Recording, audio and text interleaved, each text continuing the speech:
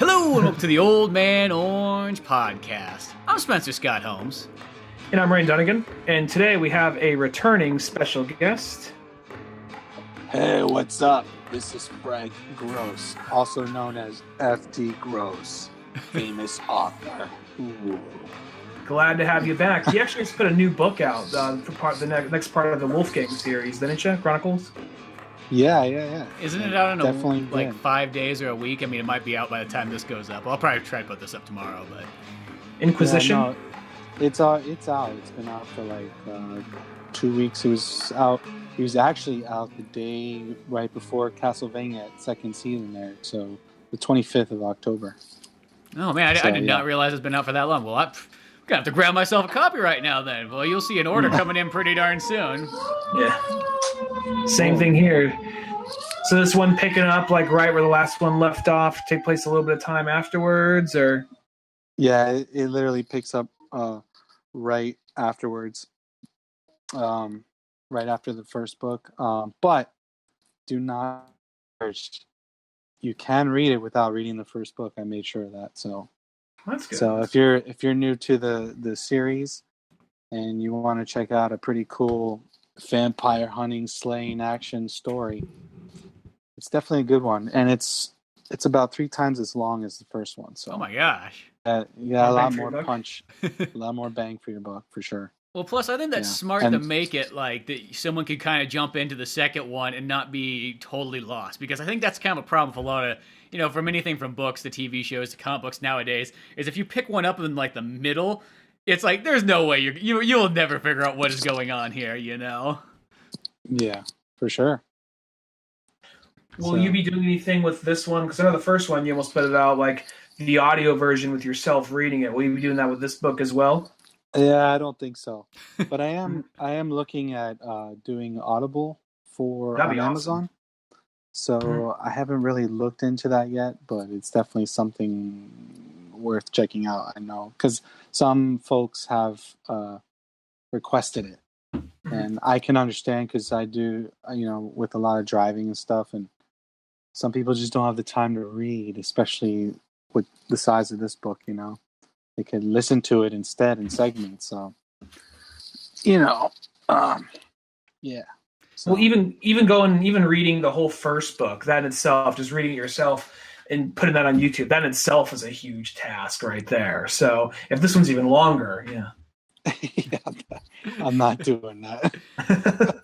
Well, plus, it would be nice to have one in the audio form because, there is something to be said. Because I do a lot of books, too, that I just kind of I'll get the audio version of it. Because, once again, you're driving. It's what's the best way to kill time? Throw a book on, throw a podcast on, and you can kind of kill 2 birds with 1 stone right there. So it would be something cool to look into. I've looked into Audible because there was a guy who wanted to have a couple of his books or translated into Audible, so I kind of looked on there to see what the process was, and it's a lot more stricter kind of regiment than say putting it up on Amazon. They want to make sure that it's done perfectly with no blips in between or anything like that. It's got to be 44 hertz and it's got to be this amount of quality and so on. So it's kind of interesting. It's it's not just uploading a podcast or something. Yeah, is it something where you're doing the voiceover or somebody else? Is it somebody that they provide? No, I think you got to get that yourself. So you either have to do it yourself or hire somebody. Yeah. So, yeah, I don't think they have a feature on there where they do the Audible part. I have to find somebody that can have a really good voice. Yeah. And do the voice of Wolfgang, tenor Wolfgang. Do all the character voices for 18 hours or what have you. That's a talent in itself, though. At the end of the day, I always think about, because it's sometimes when you get an audiobook and you get the different chapters, and as time goes on, the voice completely changes.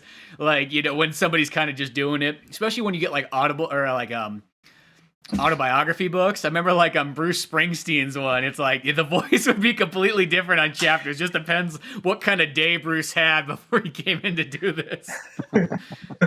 You just hear something shut the fucking door, I'm doing the thing. Anyway, where was I? Well, have you we wrote Blinded by the Light. It was a cold day in December, and Well, that's how it was. Sometimes you get like rough Bruce Springsteen voice, and then sometimes it'd be like, oh, it's like he's got a crystal clear voice. Like it kind of, he came in a chipper mood and everything like that, and wasn't like he was being like pulled away from the water cooler or anything.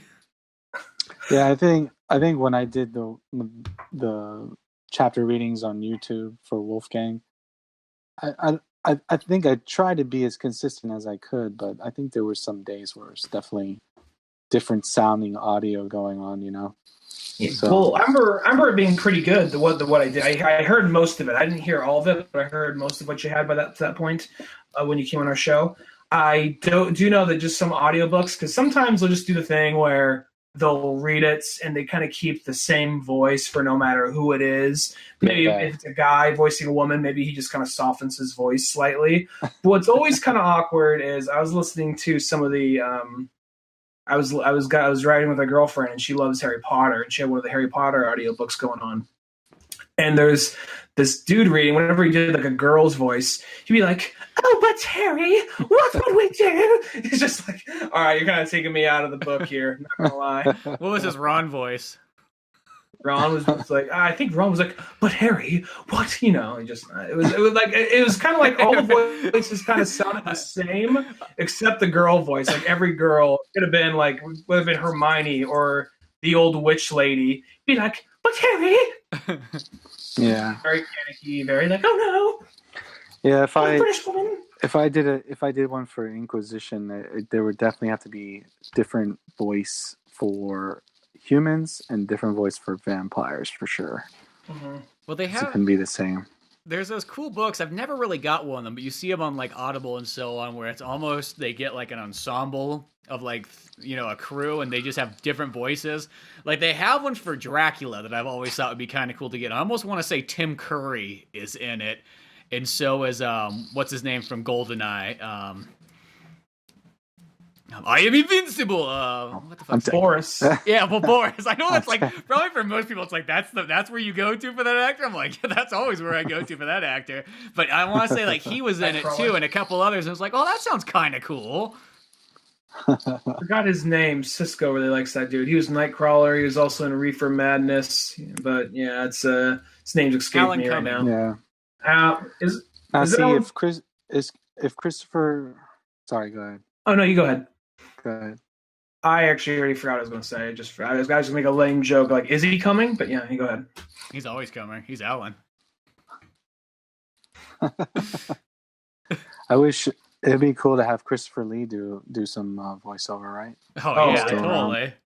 That's totally his wheelhouse. That was like, I want to say there's just a story, just like a little rumor. I could totally believe it being true though. I want to say he was on like the set of like Lord of the Rings, and he was talking to I think Viggo Mortensen, or talking to an orc about a sound to make when you die or when you're killing something. And I think she's talking to a guy dressed like an orc, and he was saying something like, "Make this more of this kind of noise when you die, because that's more of a that's a little bit more accurate." Like, well, how do you know? Looks like I killed Nazis. That's how I know. It's a thing to keep in mind. That dude actually was a Nazi killer back in World War II, and then he went on to play Dracula, and then like at age 80 did a death metal Christmas album. He just doesn't stop. No, he did. Yeah, but yeah, it would be cool in the long run though, just to have one of those big old ensembles where everybody kind of gets together. Even if you kind of did it like even kind of indie and everything like that, that'd be kind of a fun way to do a book reading. And so it doesn't almost seem like that'd still be a lot of work, because then you have to edit it and so on. But at least for one person acting, it's not a lot of work, or as much, let's say that. Well, I would just like the idea of it just being a book as violent and scary as Wolfgang, and just like, and as the vampire burst into flames, like, turn the page. The cow goes moo. Remember those? Yeah. I'm always just thinking like the Soundgarden song. When you hear this song, turn the page. Like, no, not my child. Make like a picture book to go with it too, and have the little buttons on the side that's got like the 9 different like phrases. the hostile sound effect book. I think a couple of times when I was doing the Wolfgang readings on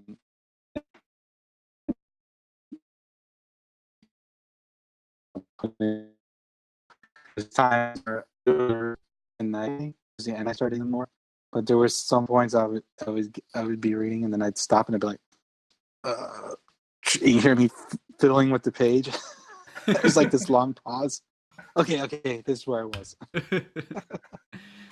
Well, at the same time, that kind of adds like this like realism, I guess you can kind of say to it, because there's something to always be said about when things aren't nearly as polished. Like I almost come to the conclusion, like I like that natural feel of stuff. Like almost if you just have it like, oh, it's like somebody literally is reading a book in front of you, not just like it's perfectly edited together and you know that kind of flawless feel. It's like something's kind of nice about like, oh, it's natural. Like almost like if I was in school and somebody cracked it open, they're like, hey, we're gonna read for half an hour. Yeah, it was definitely natural. That's for sure. A little bit too natural. But it's cool. I added music and sound effects and stuff, so, and sometimes imagery. So there was like a bonus to that. It's gotta suck though when you have that perfect read, like, oh, that one was good, but then you hear like a motorcycle go by in the background or a fire ambulance. Yeah. I had to make sure that it was quiet time at home, you know, everybody's asleep or I was alone or whatever, but you know, that was the mood lighting for that one. That was a while ago. It was like what, like almost 2 years now? 2 years ago? Close to a year and a half, something like that. Something like that. I think last time you were on, we were talking about Castlevania and Spider-Man: Homecoming. So I think we were the Van Helsing because. Oh, Van Helsing. You're right, Van Helsing. So that was actually, it was a year ago because that was our Halloween special last year, Van Helsing and Dracula. That's right. And we were getting on you, Ryan, because you still haven't played Castlevania. So here's the thing about that. Ryan's really good at not fulfilling. I'm very good at saying I'm going to do something and not doing it, yeah. Well, here's the thing about that. I have a Super NES Classic now. And there's a Castlevania game. There's a Castlevania game on there, but I've been playing Red Dead Redemption 2. So for the last year, I will though play a Castlevania game. Part of me was almost thinking like maybe I should crank this thing out and try and so I can talk about a Castlevania game for when you come on the show, and I can give you my, I never played a Castlevania game before. I hung out with Spencer and watched him play them. But dude, how could you have not played a Castlevania game? Like seriously, I'm just a bad person. I played it in 1986. Okay, when it first came out. Right? Yes, I'm old. Okay, there we go. I'm old. Old school gaming. Yeah, but I actually just recently played through Dracula's Curse. Castlevania 3 again recently, and that is a hard fucking game. Okay, isn't that what this movie's mostly based off of, or the series mostly based off of? Yes, but as you can see, after watching the second season now, whole shitload of revelations going on, and there's a lot more involved, a lot more commingling of other games now, which was incredible. Oh, it was so cool. Before we go that close, I'll say, you just said you played through Castlevania 3 again. How many tries did it take you to beat Dracula at the end? You know what? That is actually easy. That part is the easy part. Because once you got the patterns down, he's dead. Yeah. There's the hard part is if you go the a la carte path and you're working your way up through the bottom of the bowels of the castle, there's some stages in there that's so hard, like where the blocks are falling one at a time. Oh, it's terrible. And you die so many times. Well, especially... And there's like some bosses, it's just like literally impossible, like the Cyclops, and all you got is your whip because you keep dying, and all you got is a stupid dagger instead of like, the boomerang or the axe, So I'm going to ask a silly noob question here. Is all three of Trevor, Alucard, and Cypher, are three of them playable characters in number 3, or are they kind of cherry pick from different games? No, absolutely. There's actually another one. There's Grant Dynasty. And I've been thinking this, like, why is he not like? He's already my favorite character. I don't even know who he is. He's a pirate. Just that name, Grant Dynasty. He's a pirate. Sold. Well, that was the only thing about this, like, the castle. Because I remember last season, I was like, "Oh, cool. Where's Grant at?" And then in the second season, it's like, "Cool. Where's Grant at? Nobody invited him to the party." You know, I slept on this. I had nightmares and dreams about this. You know, why wasn't Grant on there? But it kind of makes sense. It kind of doesn't fit into this Netflix series, you know? I mean, if you think about it, like, where would this pirate come into and run into Trevor Belmont? You know what I mean? Yeah, well, it's like they'd have to kind of work that in there. And I think also, too, is, like, by having, like, the power trio, like, or, like, the anime trio... Because, you know, that you think about so many animes, there's always, like, there's two guy characters, and then there's the girl character, and it's, like, no different than, like, Samurai Champloo, or even Cowboy Bebop, and even Pokemon and all that stuff. They always have that, where they have the kind of the sort of the wiser guy, and then there's always kind of the reckless sort of youth, and then there's just the woman character. That's always how they, like... Her character's woman. Like, she can be varied, but that's almost how it seems it is, you know? I mean, like, you take Cowboy Bebop, you got Spike, he's the young, reckless guy. Then you got Jet, who's, you know, he's like the wise, older guy who kind of thinks before he acts. And then you just got the woman with Faye. And, you know, that's almost like, I think what they were going for in Castlevania is that trio. I was still waiting, though. I'm like, come on, you can fit Grant in there somehow. But maybe the third one, now that they're kind of going into, like... You know, because now this third one can be going anywhere. Don't even... I mean, it's great. I mean, I think it's fantastic. Like, you know, I'm like sitting there almost crying at the end of the last episode. You know what I mean? Like, I'm feeling right there for Alucard. Oh, yeah. You know? But it's like... But as far as Grant goes, I mean, honestly, even though I know he's an integral part of the game series for that particular era, I still didn't feel myself missing him, though, in the anime series. I don't know why, but it just seemed to work without him. So... Well, he is the one character. If you had to cut one of those four characters, I mean, I'm going to say this, Grant is the one you cut. You wouldn't cut the other three. Right, because what does Grant do? He can climb on walls. Well, Trevor kind of does that, right? And what? He throws daggers and axes, right? Well, Trevor does that. Yeah. Before we go into too many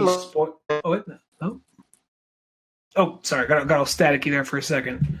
I just want to say before we go into spoilers, did anybody else get kind of a Game of Thrones vibe from this one? I've never watched Game of Thrones.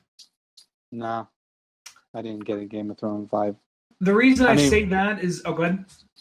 Why, because of the snow? Not because of that. I really don't watch Game of Thrones either. I've seen a couple episodes, but I know the whole thing. It's usually... focuses on a bunch of characters that are always kind of plotting and scheming and trying to backstab one another, and there's always back-end deals, that kind of thing. So okay. So when it came to Dracula's side, I was wondering if anybody else kind of got like a little bit of a vibe of, like, because, you know, you had Carmilla coming in there trying to fuck shit up from the inside, and you know, the thing about her is you knew she was like, shit was going to go bad with whatever she did, but at the exact same time, you can kind of see her point. But then, I'll be honest, when I first saw Isaac and Virgil, I was kind of like, who are these human fuck? Not was Isaac and Virgil. Isaac and Hector. Isaac and Hector. And Hector, that made me so excited. When I saw Hector was in this, I was like, shut the front door. Are you kidding me? Castlevania Curse of Darkness gets reference in this? That is so cool, because I love that game, and that game just kind of got shooed under the rug, like, pretty quickly in life. Yeah. You know, Lament of Innocence didn't really make it that well either, and they referenced Leon, which I thought was pretty awesome. I know, that made me so excited when there's just a big old picture of Leon that they showed multiple times on the wall there. The only thing that I was waiting to top it off was like, will they mention Sonia Belmont too? Like, if you want the super deep cut.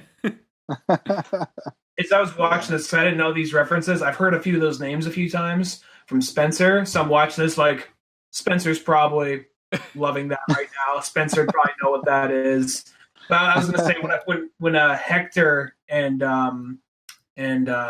Isaac first came in, I was like, fuck these human fucks. Who are they doing hanging out with these vampires? But then I slowly actually not slowly, I pretty quickly came around to both of them. Like, actually, they're two of the most interesting characters of the whole show. One of my favorite characters is Isaac. I mean, his character is just phenomenal. Mm-hmm. Like, what they did with him, how he progressed, the betrayal, I mean, everything.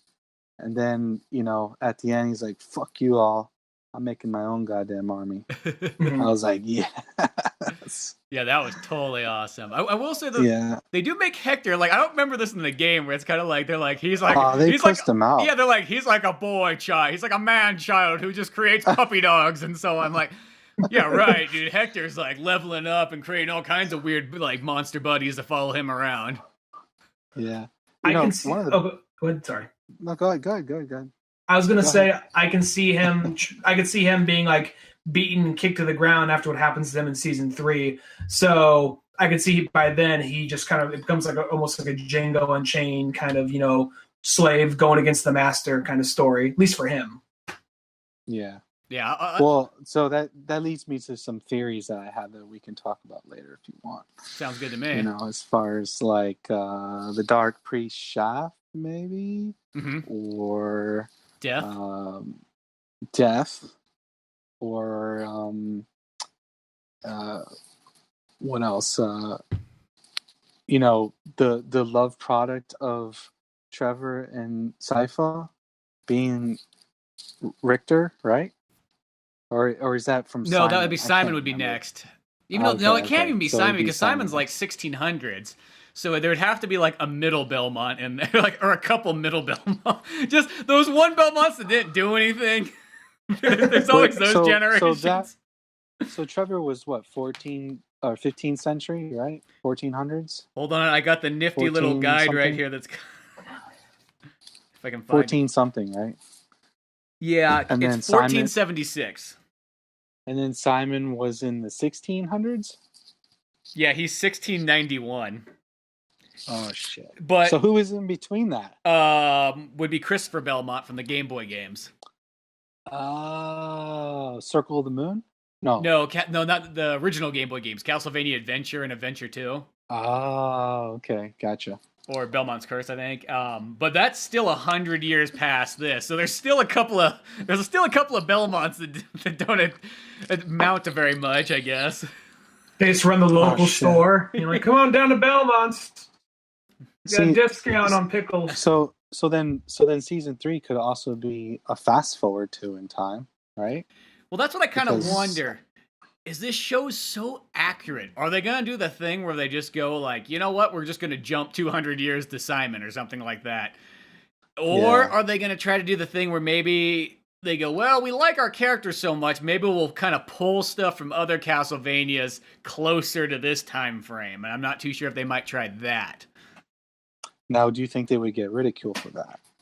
See, it's a tough one because if you want to be 100% Castlevania like they're pretty much already doing, the fans will be like, oh, dude, that's amazing. But the people that just kind of came in and watched the show, I think would be like, what? You're not going to focus on Trevor and Sypha anymore? And, well, I guess you could always have Alucard could always be there, so it didn't make a difference. But the rest of them, it's kind of like, oh, I mean, almost I think the thing to do is maybe like have season 3 and then have them, have this storyline continue out maybe. And then maybe even kind of like totally end it and then restart it with like a Castlevania, another one, and either have Simon, or if you really wanted to, you could always do Sympathy of the Night and Rondo of Blood, that style too.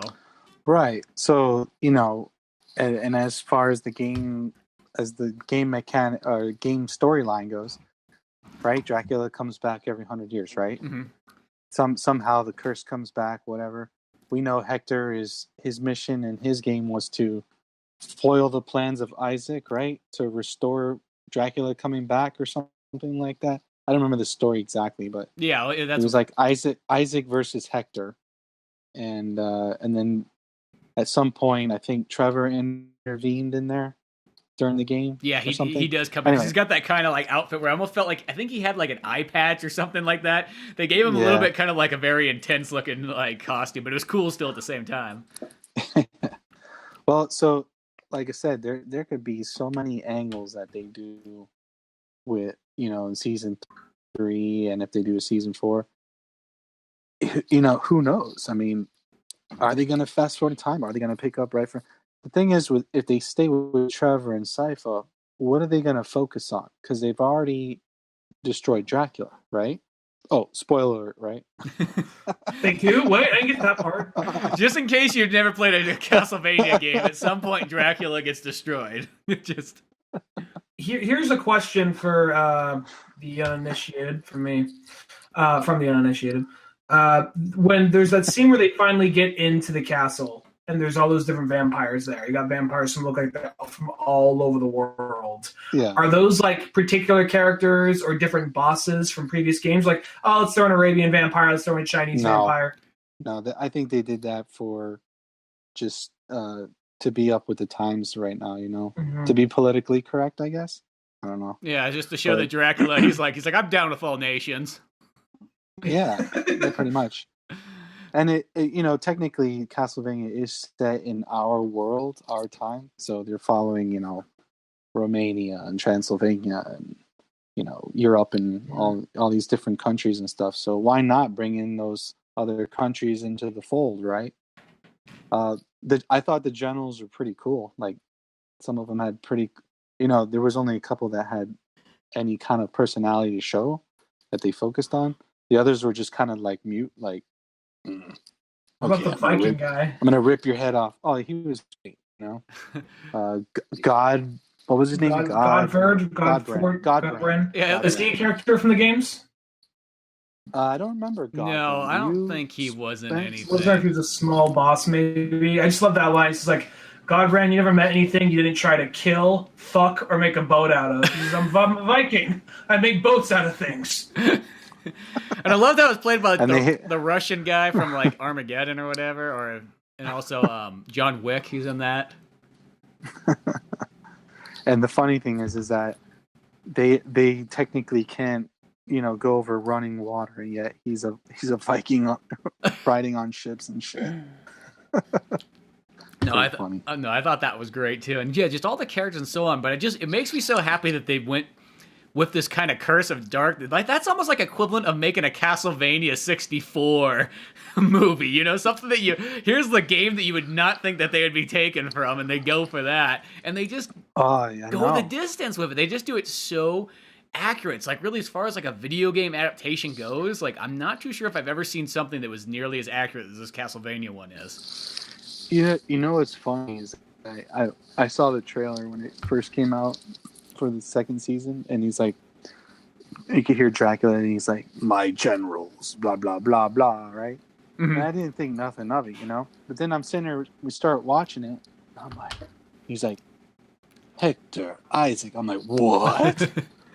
What? It's just like one of those moments, you know. Oh, it's so amazing because it's just like, just to have, and then it's also like the same time when I'm watching the show, you just got to stop and think and go, it's all based off of an old regular Nintendo game at the end of the day. That's its core one. So whenever people try to tell you that, oh, you know, older video games you couldn't make movies off of because they didn't really have stories or anything, boom, boom, right here. It's like we're way in the future, and they're taking, you know, a story from like 1990, you know, on before even Super Nintendo, and it's like, that's going to be our centerpiece to this whole thing. It's not like we started with Symphony of the Night or anything like that. No, we started with Castlevania 3. Here's all our characters, and we're going to use Curse of Darkness because it ties into it. That is so amazing just to do that, you know? Yeah. I'll say that at some point it feels like it's slowing down a little bit because they spend a lot of time in that library. Yeah, I will say they are in that library for a while. But once they get attacked by all those different monsters and Belmont has to go and fight them off, from there on in, it's full steam ahead, and that whole thing. Just like, I like even like a thing what's as violent and dark as this show, they still get a little bit of humor in there, but not make it feel out of place. Like, he's like, I'll wall it off, and he goes there with the board. He's like, there's nothing. Like, you're just so used to seeing someone go to there and just wall it off with like a mount of some kind, but there's nothing to put it to. And he just he puts it against the wall, just slowly slides down. All right, well, and then the door just opens the other direction anyway. The door. Oh my god, that was funny. Well, that's the thing too. Is it had Yeah. the humor, but like it never really felt like it took you out. Like I think it had a little bit more humor than maybe the first season, but still not like it wasn't too overbearing, and that's kind of good because that's always a fear that I sort of have is they get to like sequels and they're like, let's just crank the comedy. Yeah, I was kind of waiting for another fuck him, hit him with a shovel scene, but that didn't happen. No, that was an amazing moment too. But yeah, Well, even. Oh, go ahead. I was just gonna say, it's just like you watch this show and it's just like, could you just get more people to make things this accurate where like you don't have people coming in and trying to throw their 2 cents in at every single scene, and then next thing you know, it's a completely different like material than what it started out as. Like it's like that's totally just doing it like here it is on paper. I mean, they expand, you know, they add like their own stuff, but at the same time, it's just so dialed in.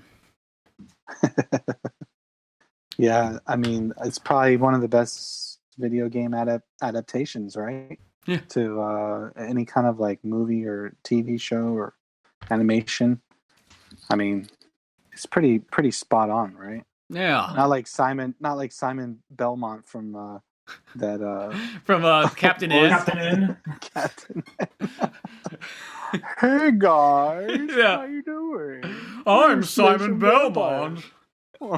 It wasn't Dracula, just it's like, blah, I am Dracula. Yeah, he's like, I am Dracula. Buy my cereal. Whatever. Like, he's very like, whatchamacallit? God, fuck, I forgot what it's called. What's that Halloween cereal? Oh, Count Chocula. Yeah. Count Chocula. He's more like Count Chocula than Dracula. How about Boo Berry?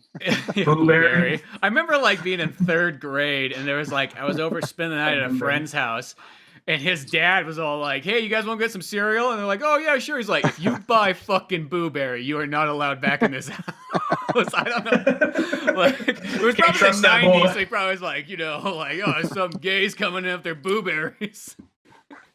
But it's just like my boo. I'll tell you that right now. Yeah, he made it specific that you do not come back with Boo Berry. But well, it's like who was a really annoying character though in Captain N is Kid Icarus. Like that character, I don't know if anybody remembers that, but his voice, and he would always try to tie things in so it like rhymed with Icarus, if I remember correctly. He was like, Prince Icarus! Yeah, it's just like, God, jeez, please don't do that. Did he wear sunglasses too? No, that was, I think just the main character had the sunglasses. The Captain N, who looked like he was like, kind of had like his Nintendo like sports jock, like Leatherman on. I'll say this, if you actually wanted to do, because that's the thing, because those are early versions and interpretations of those characters. If you wanted to do like, I don't know, kind of like a retelling, whether it be a cartoon or some kind of live action movie, the kind of, to treat like a Roger Rabbit thing, like, oh, look at all these different video game characters coming into this one thing. I think that could be kind of cool now, because you had Mega Man, you had Mother Brain, you had Simon, you had Dracula, you had Pitts. Like, if you actually did accurate versions of those characters now, then shit, why not throw in Mario and Zelda or whatever else in there? Yeah. No, realistically, after watching God, what's that Steven Spielberg movie that came out earlier this year? Ready Player One. Ready Player One, yeah. Really, once you see that, it's almost like, dude, you really could do like a new version of Captain N, and it could be totally awesome. And maybe even keep it with like, well, I know that like that one had like an 80s theme, but maybe even make it just take place in the 80s. But instead, it's just, awesome. It's all regular Nintendo oriented, but instead it's like taken serious. Mm-hmm. Yeah, I think that could work. Or even if you wanted to, I mean, I know you won't like this, Spencer, but even if you wanted to, not to a ridiculous level, but kind of treat it a little bit more of kind of like tongue-in-cheek to a certain degree to kind of lower people's defenses. Like, wait, so this guy, he's a guardian of the video games or whatever the fuck it was, Yeah, you could do that. You could almost like Scott Pilgrim it too, even, I guess. Yeah, something like that. Going back to Castlevania for a minute, that final battle with Dracula, with all three of them fighting Dracula, mostly Alucard doing it, that was probably one of the coolest animated fights I've seen in a while. And I'm not going to lie, I got a little choked up when they got to Alucard's room. Yeah. I know. He has to kill his own father in his old bedroom. But just the way how Dracula reacted, he's just like, this is your room. Like, he forgot it was even there. Like, I was going to turn this into a man cave, and then I forgot. And here we go. Yeah, but his pool table here. His man cave was a study. A library of books. That was his man cave. When you got that many rooms, you need, like, well, here's a neon beer sign.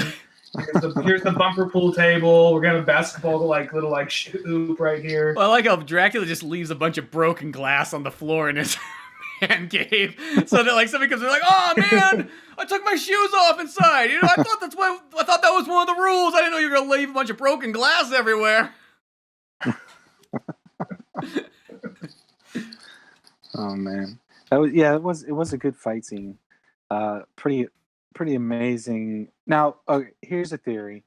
So, do you think that they would have overcame Dracula if Dracula had fed on blood prior to that?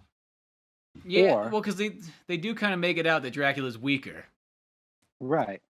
So, if he was feeding and being the almighty powerful Dracula that he was, maybe I'm starting to think that maybe they would have had to go through a couple game overs before they got it on the 5th try. You know what I mean? Yeah, if it was like a real Castlevania game, you definitely don't get it on the 1st, 2nd, or 3rd try. Well, that's what Cypher and Trevor were, because Trevor was full and just like punch him in the face, like, bitch, this ain't working. That was pretty cool when he summoned the magma ball, and he's like, the sacred Belmont whip, Morning Star. Oh, but you forget, I'm Vlad Tepes.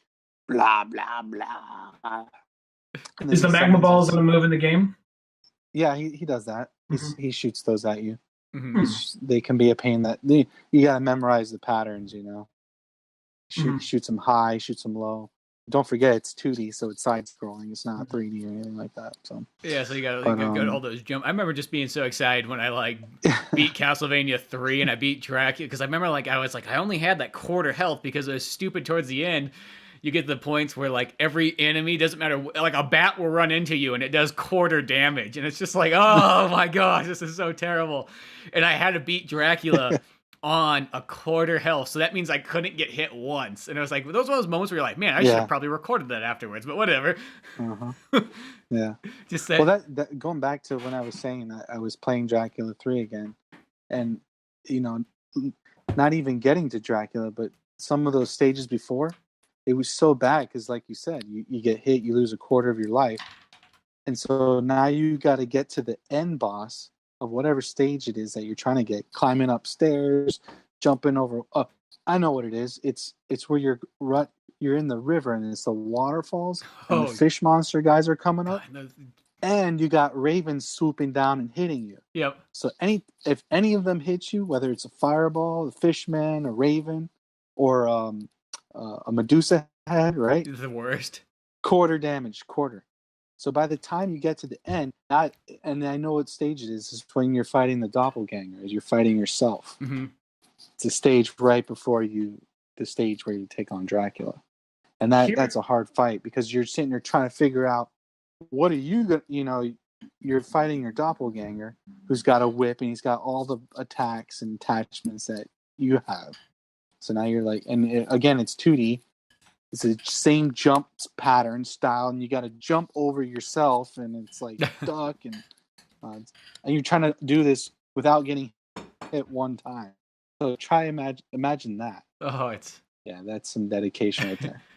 Maybe when you put it that way, that's the idea that he was weak, and otherwise it would have taken him multiple tries, like it would in the game. Maybe that could be like a little in joke kind of thing that even creators are doing. Because was there any particular moment where you just I know you said Hector coming in. It was like, oh shit, fucking Hector. But was there any moment where just oh fuck, they did that? Where they played a certain song or a certain theme or a certain moment? Bloody tears. Yeah, when they entered the castle.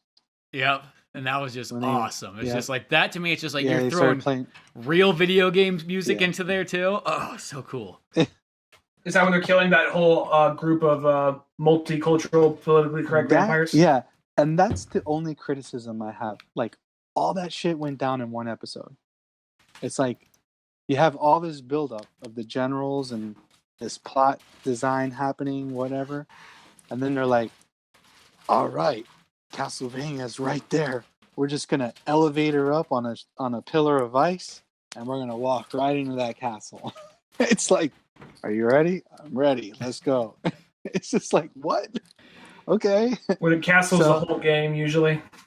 Yeah, it's like, so they go in, and it's like, in that one episode, they kill all the generals, whatever leftover vampires are, and then they kill Dracula. All in one episode. So it's like, you annihilate everybody just like that. So my only criticism was that kind of happened way too fast, too much. And it's like, okay, now it's over.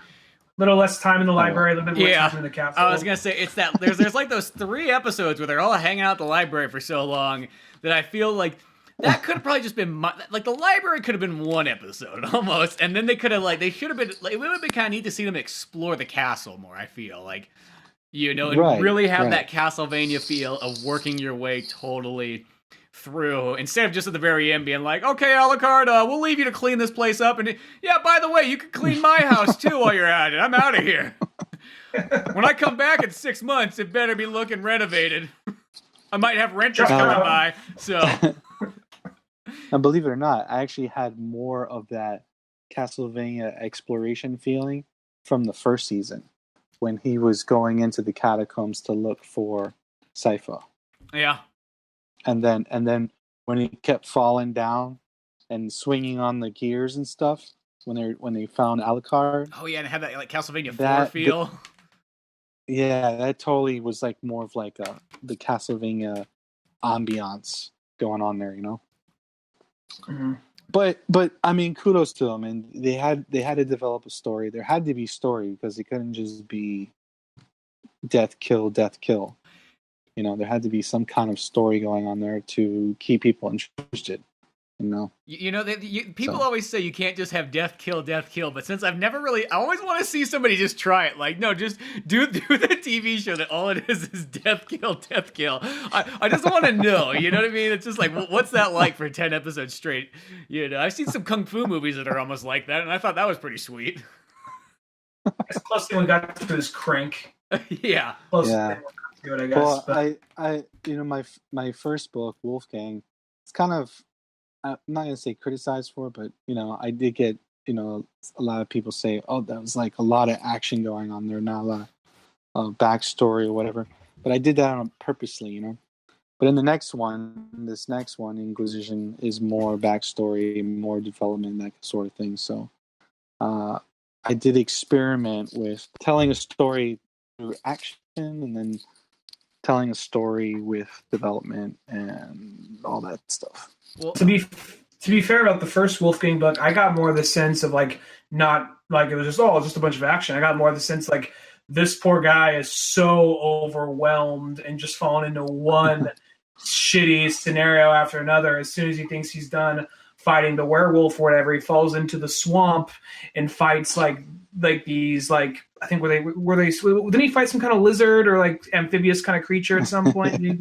I thought Gallies. Yeah. And then he gets through that just to stumble onto something right after it. So, and he's like losing more health and losing more just sand, you know, and he has to. So that's the way he's worried about. Like, there's that kid I saved. What happened to that kid? Oh well, gotta keep going. Well, I always think that's a good way to go. Anyways, is to start a story off almost with action. And let people just get used to like, oh, this is awesome. And then like once somebody's invested, then you start going, okay, here's the backstory. Because I think when you get those kind of stories that right off the bat, they're like, here's all the backstory. And next thing you know, you're just trudging along for like 3 hours and you're like, yes, well, I haven't really been committed yet. You know what I mean? Like, you don't need to give me all this backstory yet. I always use like video games as an example too. I think a video game should always start off with you just playing right off the bat and just enjoying the game for what it is.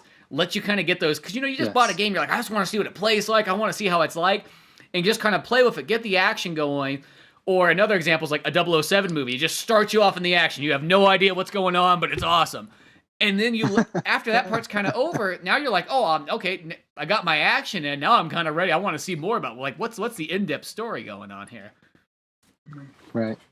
That's what I went for. So you know, it is what it is, right? Yeah. But as far as Castlevania Season 2, the way it opened up, I thought was pretty cool. You know, like the flashback back to Lisa of Lupu, and getting to see the priest go in there and calling her a witch and all that stuff. She's like, I'm just trying to better the people, you know, with or without gods. And he's like, no gods? You're a witch. You're a witch.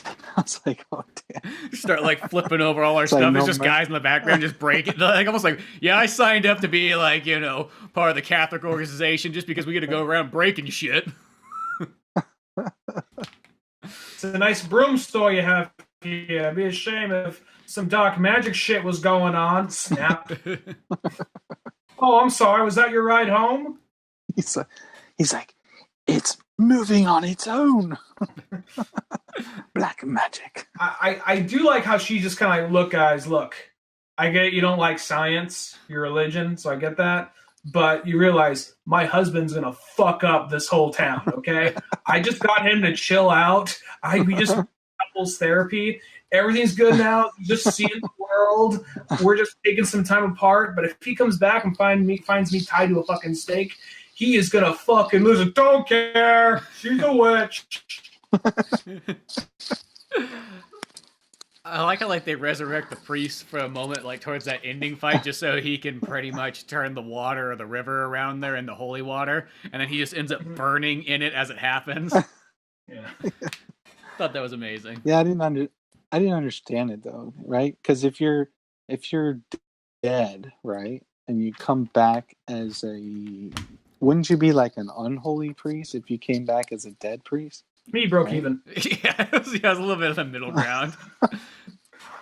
Like he can do light magic, but it hurts himself, kind of thing. Maybe. Yeah, well, even that part, like I kind of like how all the vampire soldiers, like I think it was Carmilla's army, they're looking around like, what the fuck? Oh shit! Like they even had this whole thing. They weren't entirely aware what was going on. I'm not gonna lie, I was a little thrown off for a sec. Like, wait, are those vampires? Where are they? Where are they? It's, oh, okay. Oh, it's her shit.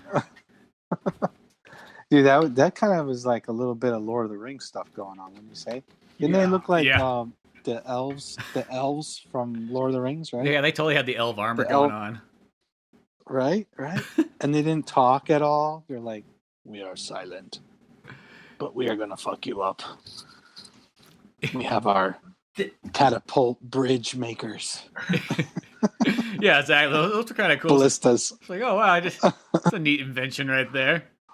I was curious because I'm not gonna lie. I after watching this, I went and just kind of looked up what some of the characters look like outside the show, and Carmilla looked way different. Maybe I mistyped it, or maybe it's something else. But she didn't even look like she was a vampire. From what it was a girl like in a pink dress who looked more like kind of like a little anime heroine character. Is that someone else? That might be Maria that popped up on that, like a 10-year-old. Not like a 10-year-old, but she looked like she was in a pink dress with brown hair. So. Well, I want to say that in most of the Castlevania games, she doesn't have blonde hair. I want to say she pretty much always has had brown hair. Like, I couldn't... I was trying to find a Castlevania game where she had blonde hair, and I don't know what one it was. Mm-hmm. I just wasn't sure if it was... Oh, good. You're talking about Carmilla or Maria? No, Carmilla. Carmilla, because I was curious after watching this, like... I saw Alucard, and I've seen 3 action figures of that in Spencer's place. Did you see? Then there is the '90s Alucard. I know Trevor. There's the original Alucard where he looks almost like he's in a rockabilly band. Oh, I want to see that one. His black, short, cropped hair. Yeah, kind of like. What is that the one? Wasn't he portrayed as a 90s skater or something in Captain N? Oh yeah, wasn't he yeah? I think so. So my dad wants me to bike next, but I just want to grind rails, bro. Can't tell me how to live my life. It's already passed, Dad. Kind of born dead. Kind of like Hotel Transylvania-ish a little bit, right? Yeah, exactly. I don't know if he's. I never saw that one, but I heard the first one. I heard the first one's good. Yeah, it's good for sure. But you know, Another like guy the daughter's like coming of age. She's just turning 18 or 21 or whatever, and all she wants to do is leave the castle. You know, she wants to go explore, and he's like, humans are bad. Don't go out there. They're horrible. It's pretty. It's I don't know if I bet she falls in love with a human. Just guessing. Absolutely. I heard that one's good. Plus, apparently, the guy who made Dexter's Laboratory directed it. So when I heard that, I'm like, all right, not gonna lie, I'm kind of interested now. Not in 2 and 3, but the first one, kind of interested in seeing. Yeah, the third one, I don't know about that. That's like they're on a cruise. It looked too loud. I was hearing like current pop music and really, I don't know. It just looked noise. I couldn't tell what was going on. It looked like a lot of noise with crayons against the screen. That's all I could really see. Yeah, that one looked a little too intense. Really quickly, I want to say, I think that Carmilla one, that remember the picture you saw, was the one from Circle of Moon. She does have like a pink dress on, and yeah, it has when they were going for like the straight anime look. Mm-hmm. Mm-hmm. Is that like before she got turned into a vampire or something? No, she should still be a vampire at that point in time. So she's a bad guy right there? Yeah, she's always been a bad guy in all of them. A lot of times she'll be like, in some of the games, she'll come up as kind of like the third or fourth boss before Dracula or something like that. Mostly Death always occupies the second position before Dracula. Yeah, and Carmilla in other fantasy worlds too, like Vampire Hunter D. And I'm trying to think of where she's popped up as character. Wait, so is she like one of those kind of just like characters, like kind of like Dracula himself, who's been in plenty of other stories? Yeah. Okay, because I remember she was in Vampire Hunter D Bloodlust. She was the chick in the red dress who was like, we're going to space. Well, I'm not. I'm staying here. But you guys are. Then she tries to screw him over. Yeah, she was pretty badass in that. But she's always badass. But you could see in this Castlevania though that they're doing the whole female taking over control going on, you know? Mm-hmm. I just want to ask one quick question about Carmilla. Is she like a character of Bram Stoker, or is she like from something else? Let's throw this in here as well, because I'm not sure of her origin. I don't think she's not from Bram Stoker. I know that she's not. That's not covered in Bram Stoker. I was wondering if maybe it was another book. Maybe not Dracula, but another book possibly, or she's one of the brides. But yeah, because now that you mentioned Carmilla, it's popped up in other vampire stories. But do you guys think, because this one seemed very focused on vampires, ogres, demon like monsters. Now it's kind of like everybody's kind of branching off, and like Isaac is in like the Middle East now. Who knows where Trevor and Safer is going to end up. I'm kind of wondering if we're going to start seeing some of the more like obscure monsters, like something like that, since he's already in the Middle East. Maybe we might get like like mummies and so on, like that kind of stuff. Yeah, like maybe not like for a whole season, but like for an episode or two, like pick up where he's left off. They didn't have too many of the minor monsters in the game. They had a lot of like boss monsters up here, and the guy with the pointy beak and the spear, and the flying gargoyle guy, and then of course the Minotaur when they invaded the library, and then I think it's the Witch Crow from Lords of Shadow. Is that what that one witch with the mask? Do you remember that? Or the one that had the blindfold over his eyes and he had the stick. God, was that? I can't remember what he was from. Maybe that was Lords of Shadow. I didn't put two and two together. That's what that one was. The Shadow Witch with that turned into the ravens or whatever. Yeah, that's. I think that's what that's from. But he fucked her up bad. It was pretty awesome though. But that is like he was like fighting boss monster. You know what that was kind of like? You know, like after you beat the game, then they offer you like boss rush mode. Right? Yeah, that's totally what it was, right? Oh yeah, it was totally. Like he's totally boss rush mode. He's like, okay, I'm gonna take down this giant ass minotaur, and I'm gonna take down this freaking witch with the spear, and then I'm gonna take down this crow witch, and he's just like, okay, what's next? Well, I even like that. That was like another bit of comedy that totally worked. Where he said he's like, I know you're trembling, but I have a stick. So he's like, even kind of stops for a second. See, if you're run away, I understand. And then he just like stabs it through its fucking like neck out its mouth. Like, oh, that was fucking badass. Now see, so there was a lot of boss monsters, which led to really cool fight scenes, but then again, you didn't get to see like all the I didn't see one walking skeleton. Yeah, and there's skeletons all in. They call them like bone chuckers or whatever they're called. Skeletons. No Medusa heads. Yeah. I didn't see any animated armors. Nope, none of those. Walking around. No, throw it. Frankenstein, Medusa, and Mummy in season 3. Like, oh, they're on all the track.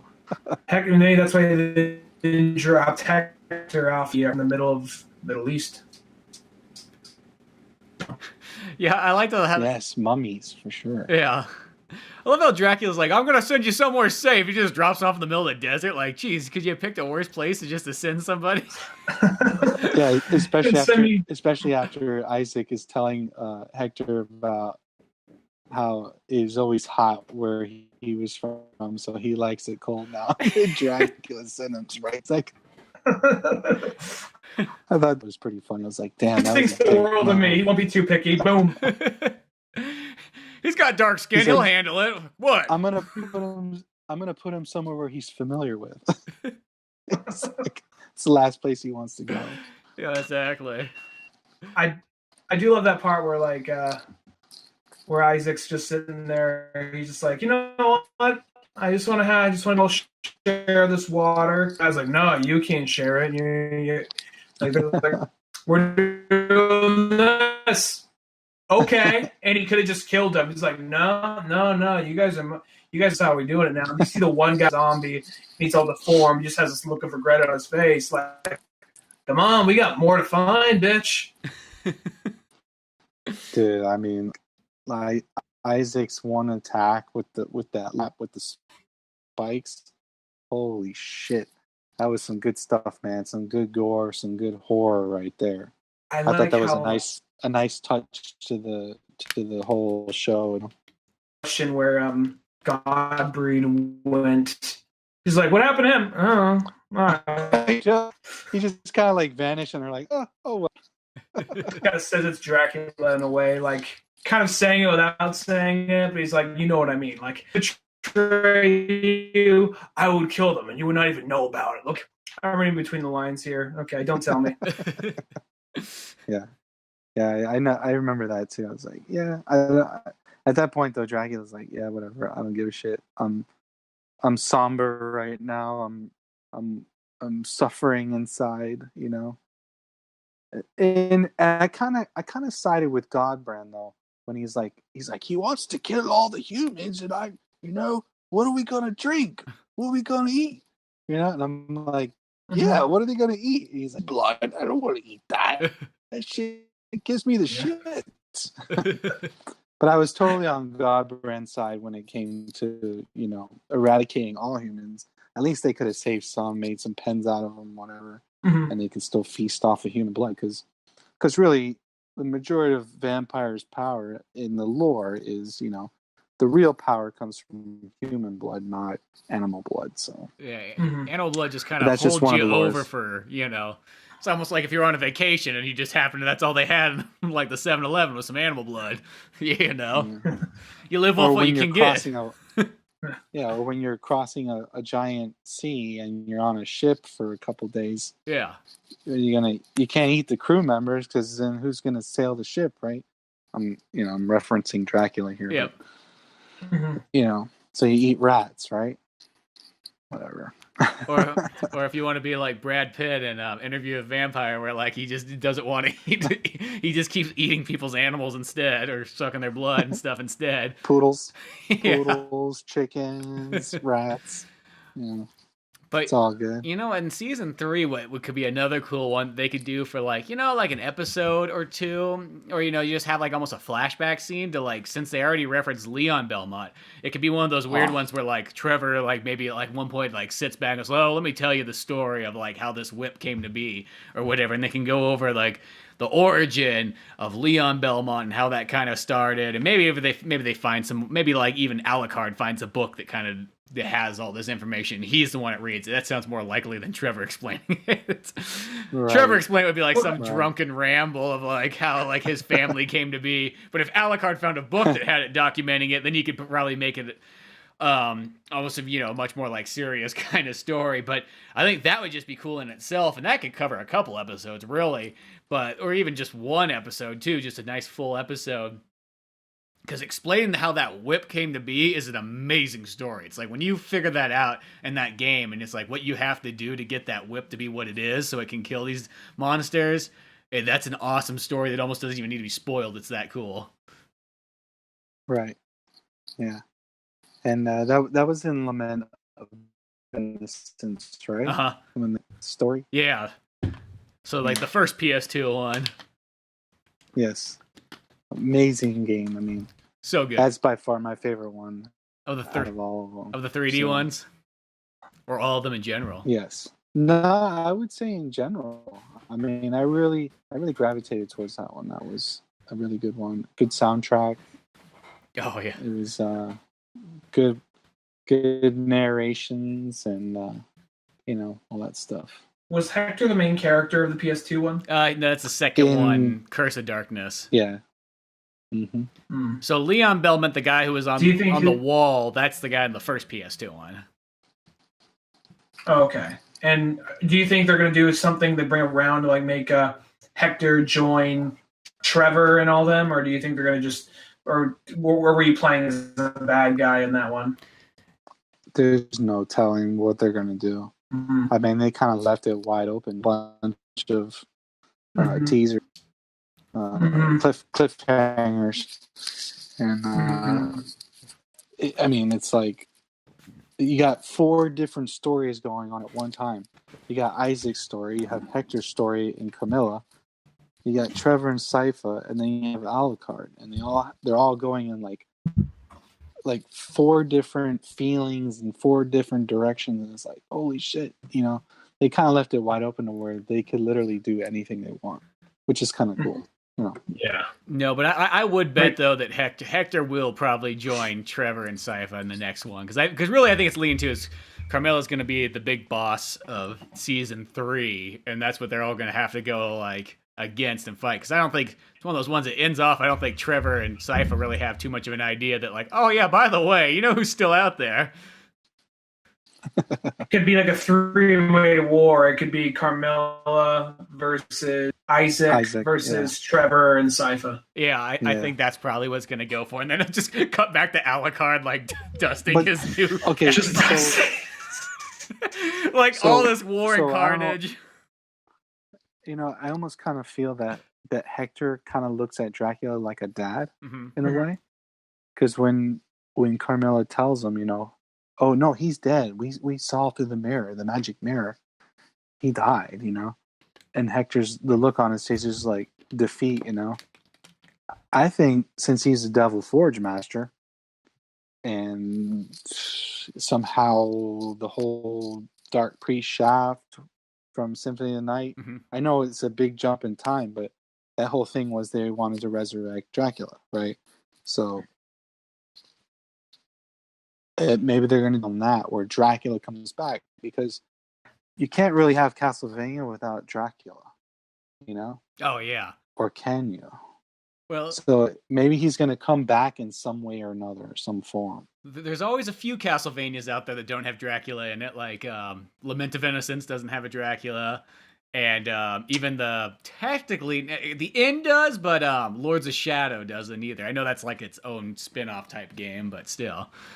I mean, in the long run, you become Dracula is what kind of happens there, which is always kind of an interesting concept. No, there's Dracula and Lament of Innocence, isn't there? No, because that one's before Dracula. So you battle that other like vampire demon thing instead. Right. So it's like a vampire. Yeah, it's pretty much like a Dracula, but like and I almost want to say the final main boss in that one is Death. I want to say because he doesn't come before. He actually is the full on final one. So yeah. Because then I remember you can lock the play as the other character. God, what the heck was the other character's name? Yeah, and then at the end of Lords of Shadow, the first one, I think you like fight Satan or something, right? Yeah, you fight like Satan, and then it has like that sort of it has that feeling to like. I remember like when Dracula Untold came out, I was like, oh my gosh, they used like the Lords of Shadow ending. Like he goes and he sits inside for like 1,000 years, and then decides to come out one day. It's like, oh shit, it's the future. Yeah, I thought that was pretty cool. There's a Castlevania game where you battle Satan. Yeah. Is he hard, or is he surprisingly easy? It's like all Castlevania games. You can pretty much get it down. Satan's predictable. Okay, gotcha. Yeah. But that's one of the challenges of Castlevania is memorizing those patterns. You ever play and you go to play, you're like, holy shit, this game. Because I don't know how to overcome this or what to do at the right time. And, it's a very, very technical, very agility in the hands with the controller, what you got to do and timing and all that stuff. To me, that's one of the appeals of Castlevania is the technicality and platforming or even 3D, It's it can be challenging for sure, but I think between the challenge versus the ambient feel that you get from the overall game and just I don't know, there's just something about it that really attracts me to that whole series in general, whether it's on a Game Boy, on Super Nintendo, Genesis, N64, the PlayStations. It just goes on and on and on, and I just never get tired of it. So no, and now we have a Netflix series that we can always reference back to. Yeah, exactly. Is there any particular characters or monster you guys really want to see for the next one other than Grant? Yeah, Grant, I really do want to see. Damn it. I'm not with you there. Grant doesn't have to show up. That's fine. He could go stop by Harbor Town. He could be hanging out. What I want to see, what I really want to see, is definitely some kind of. There's got to be a Medusa. Yeah, because Medusa appears over and over and over in a lot of the games, and it's like, even in Lament of Innocence, that character of Medusa portrayed in that game was pretty awesome. Mm-hmm. And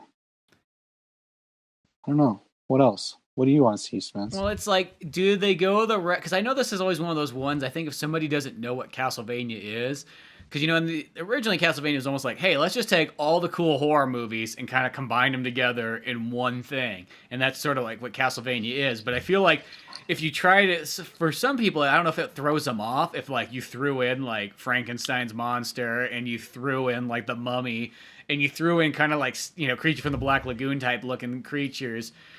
Will that throw off the general audience? You know what I mean? Would be like, whoa, I thought this was like a vampire show, and now it's just kind of going every which way, Can I actually ask a quick question here? So after hearing all this stuff about Grant Dynasty, I went and looked him up.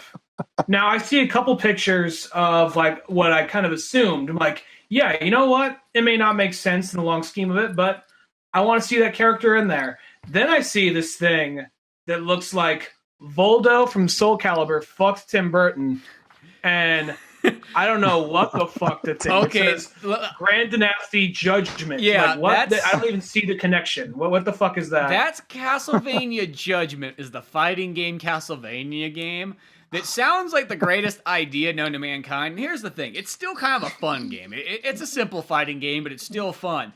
But the one thing I can't figure out is that's where, like when Japanese people get this idea in their head, they're like, hey, let's get one of those weird, goofy, unique artists to come in and redraw all of our characters. And that's what that game did. So, like, every single character in that game just has this odd look to him. Like, they make Eric from the Sega Genesis game look like a little boy, like in a popper's outfit, like he should be on a paint can or something like that.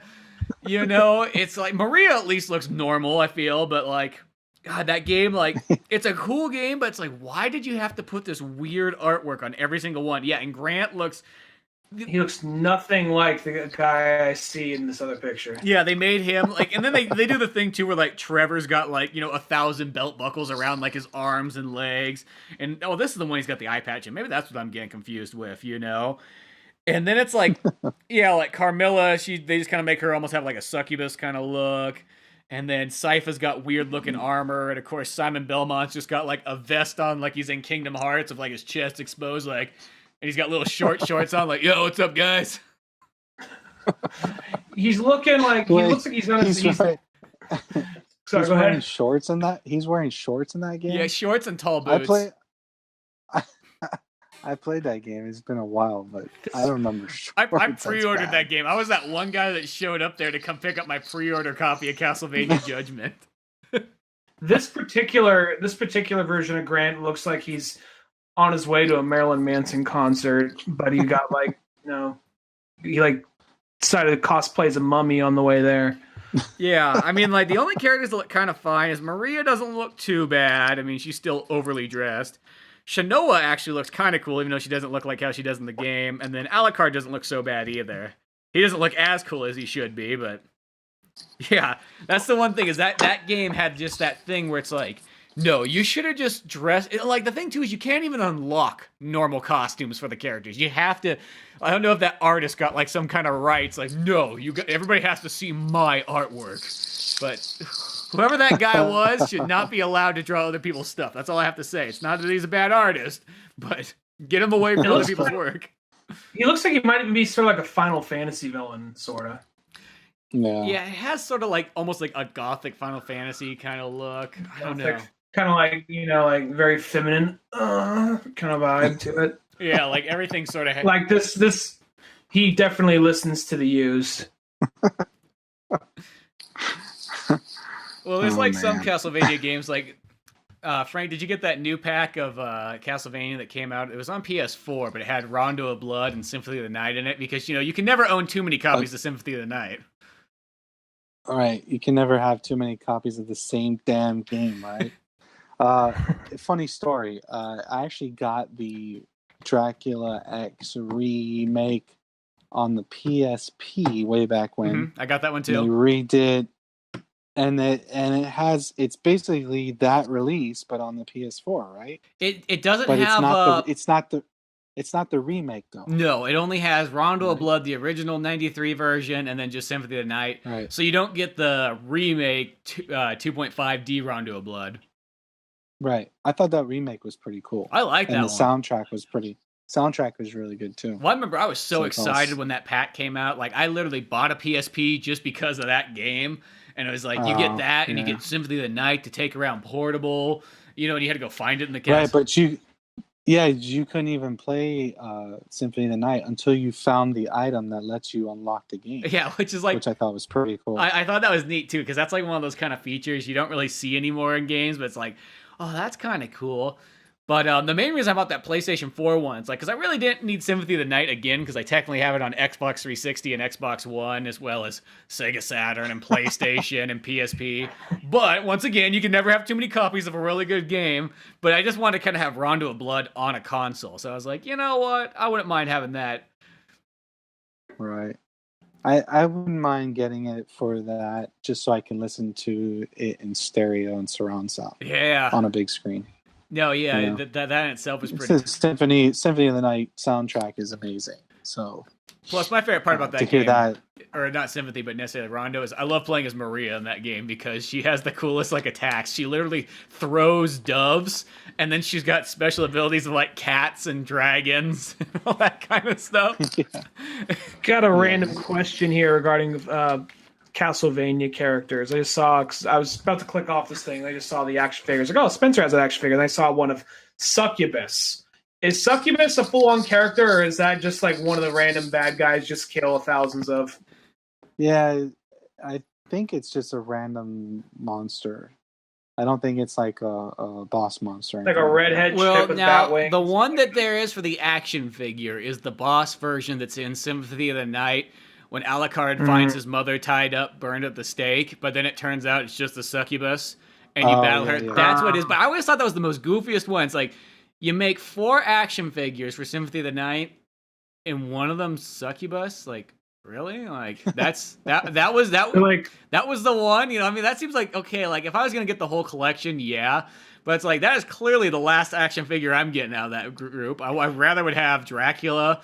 And it's like, well, it's one because, like, they got... Or no, I guess it's not Symphony of the Night, because they got Simon as one of the characters, too. But it's like, really? Why don't you just make it Maria or something like that? Or something, you know what I mean? Because I see everybody else has a name. It's just like Dracula, Simon, Alucard, Succubus. I'm like, huh? So I'm just wondering. But at the same time, like, you know, other only gamers out there, let's just give them this. Of course, we're going to charge them like, you know, $15.99 for it, but still. Yeah. I don't have any action figures from Castlevania. I just have the Alucard one of that series. The only one I have is the only action figure I have as far as vampires related stuff goes is Vampire Hunter D. Oh, that's pretty. He's sitting on my shelf right now. He's looking at me. Oh, that's awesome. So, we gotta do a. I'd like to do both of them. Yeah. I want to do a retrospect on both Vampire Hunter D and Vampire Hunter D Bloodlust. Yeah, that would be pretty sweet. Yeah. Too. I think about that all the time when I kind of run through my DVDs and go, man, this is one we got to do. That's a great movie. Yeah. Yeah, but have you ever read the novels? The mangas? I never read the mangas, no. Yeah. Well, no, they're not mangas. They're actual novels. Really? Oh, they're Japanese novels? Yeah, and they were Japanese, and then they were translated for into English. It got criticized. It got criticized for poor translation, but I've read a bunch of them, and I still like them. You know, but the movies are based off of the novels, and so the first movie is based off the first novel, and then the second one, Bloodlust, is based off of Demon Chase something, and that's the Bloodlust one. They just called it Bloodlust, but it's really called like Demon Chase something. Is that that's like the name of the novel? Yeah, it's like number 4, the 4th novel, I think. Mm-hmm. Demon Death Chase. That's what it's called. Is it bad that we assumed that right away it was an anime that it must be based off a manga, right? Just like that's all they produce over there is the funny books. What's funny is that they didn't start doing the manga until after the novels. So I thought that was pretty interesting.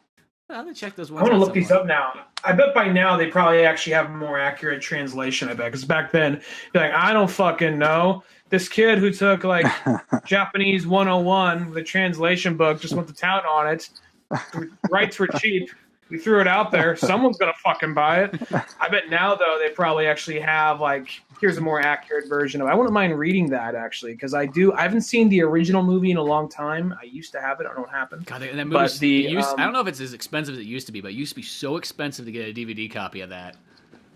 Bloodlust, really? I still have, and that one's really good. I really like Bloodlust. Yeah.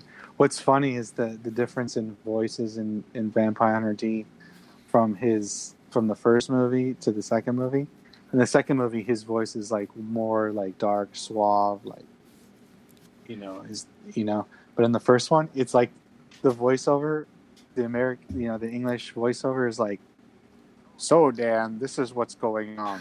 Your sister was bitten by a vampire," and blah, blah, blah, blah. Oh yeah, because he's got like old. Because it's almost like those '80s ones are kind of like old kung fu movie like dubbing. It's like the same guys that came in to dub over the latest like Kung Fu Jam. They're like, oh yeah, I can do this anime too.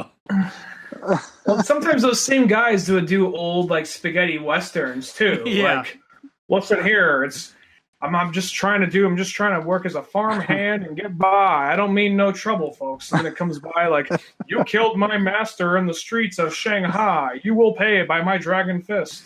Yeah, well, it's like when it's Western movies, it's okay. It kind of works. But when it's the exact same voice for the Kung Fu ones, oh. Yeah. But no, that'd be fun to do there, just to go back and because I haven't watched that movie. It's been some years since I saw Vampire Hunter D, and same with Bloodlust because I've only seen that one once, so I don't remember that one nearly as well as the other. Yeah. Bloodlust animation was definitely 10 times better. But the story of the first one was definitely classic, like I love that animation. That 80s style animation is some of my favorites. So like that always stands out to me anyways. Mm-hmm. Here's a question for you, talking about vampire related material. You ever seen Subspecies? No. Huh? No, I haven't seen that either. Okay. Look it up, see if you can find it free anywhere or whatever. But it's called Subspecies 2. Then there's Bloodstone. Then there's Bloodstone. There's 4 of them. There's 4 movies, and they're all centralized around this one vampire, and his name is Radu. Mm-hmm. Radu is his name, and it's like cheesy made, like poor, like low budget films, Sci-Fi Channel movie. But I think they were done really well as far as like really getting the feel of what it would be like to actually encounter a vampire in our time. You know what I mean? Huh, so it's got that kind where it's like you can tell it's a low budget movie, but people all got their heart into it. It doesn't feel like, that's going to make a sale. Yeah, no, it was good. And the guy who plays as Radu, he does a really good job with his vampire, like, isms, Mm-hmm. And very gory too. Tell me if any of you guys know of this movie. I didn't see the whole movie. I just saw this one clip like a long time ago when I was a kid.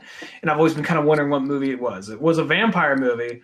And this one vampire is telling this one guy who at first thought it was Blade, but it's not Blade. It's just some other black dude. Maybe he's the main character or not. I don't remember. But I was like, oh, is this Blade? Oh, no, it's not.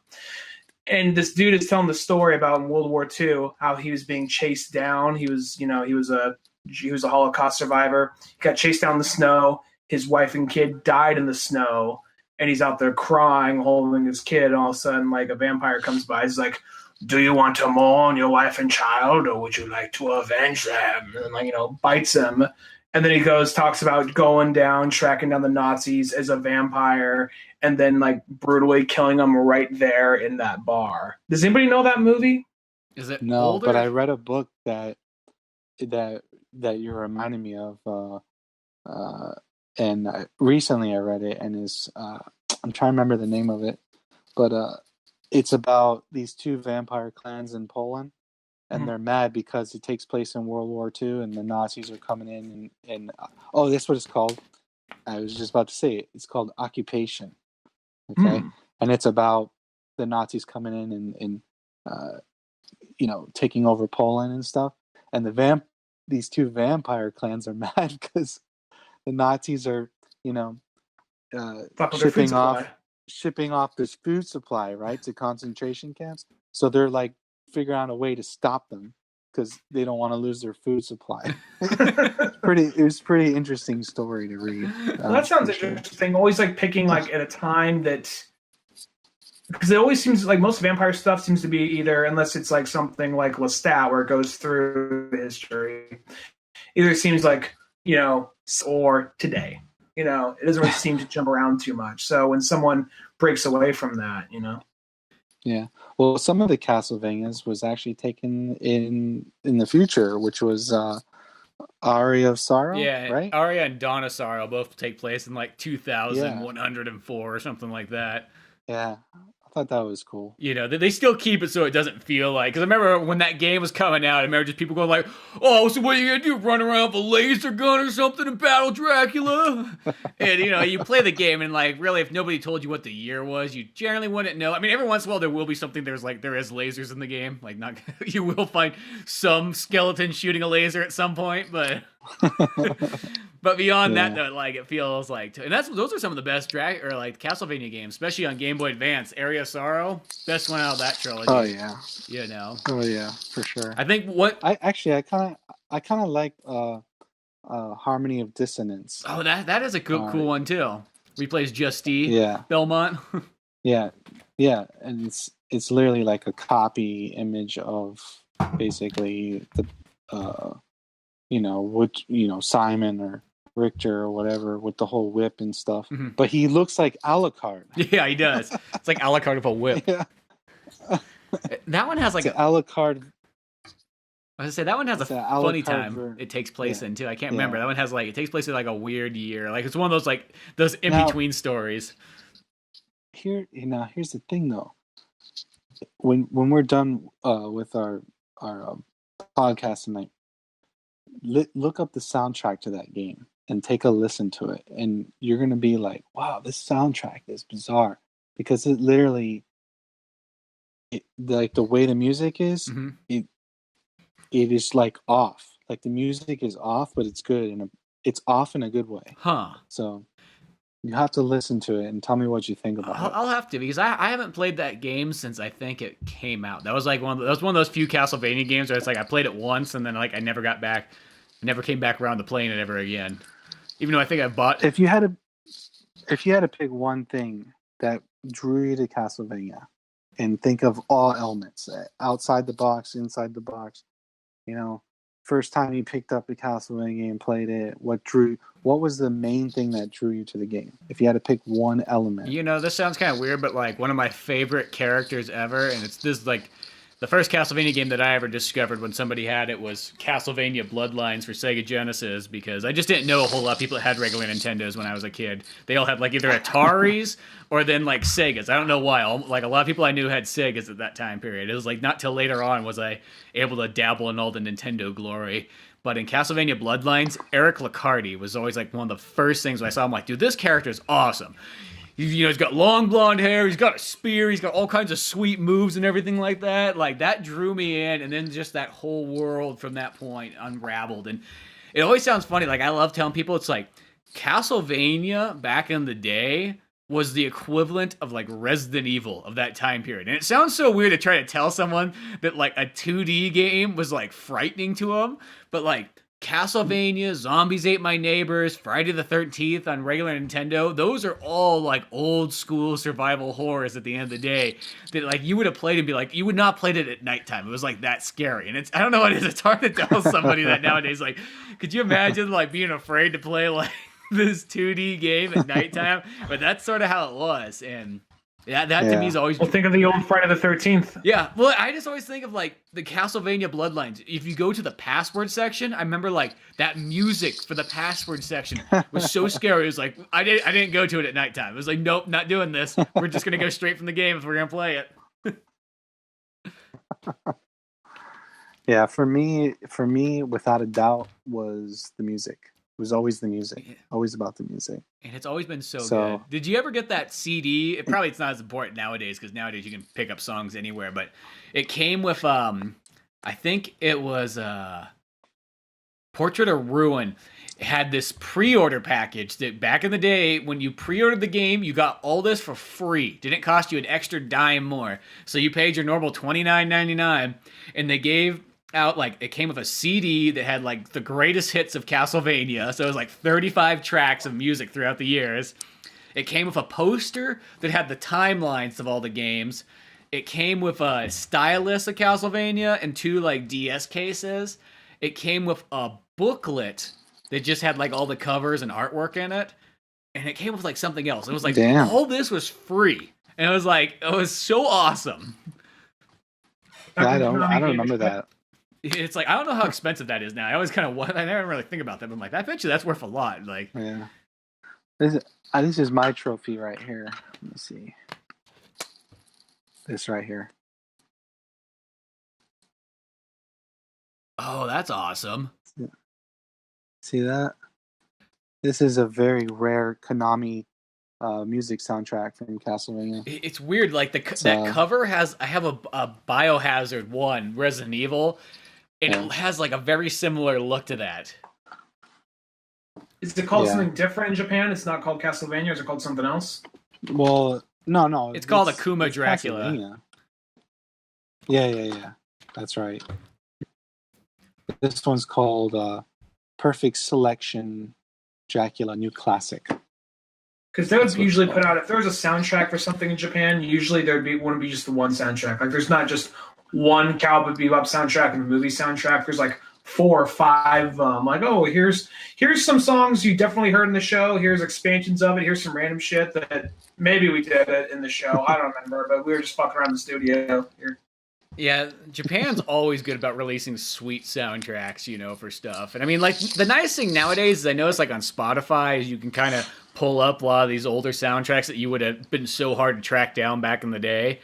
I just remember there was a period where, like, you go to, like, the fair, and there would be, like, somebody that would sell this, like, Japanese merchandise, and it would blow you away as a kid. Wait, what fair?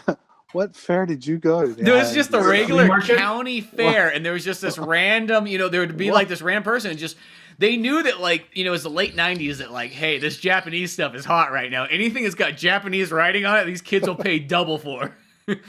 And I remember going there and be like, oh my gosh, they got like the Final Fantasy soundtracks here and all this stuff that you would have never found at any music store near you. No Best Buy would have carried that. None of the local ones or anything like that. You know, this is kind of still like the internet existed, but I always felt like it was the time when like people didn't really, you know, the internet was there, but it was kind of like, you know, you went off and got the internet. You didn't just, you know, turn it on your phone or anything. It was that like you either had to log in somewhere, go to like a library. There was like a process that was almost not worth doing. Internet cafe. Yeah, an internet cafe if you could find one of those. Yeah, I remember playing Ultima Online with dial-up network. That was terrible. It's like dial-up AOL. That's what I remember. The first online games I ever really played was like Command and Conquer Red Alert. And then I remember like right when like broadband kind of came out, you could tell because you would see all the bars and you would see everybody else's going. You'd see mine like, yep, I'm getting there.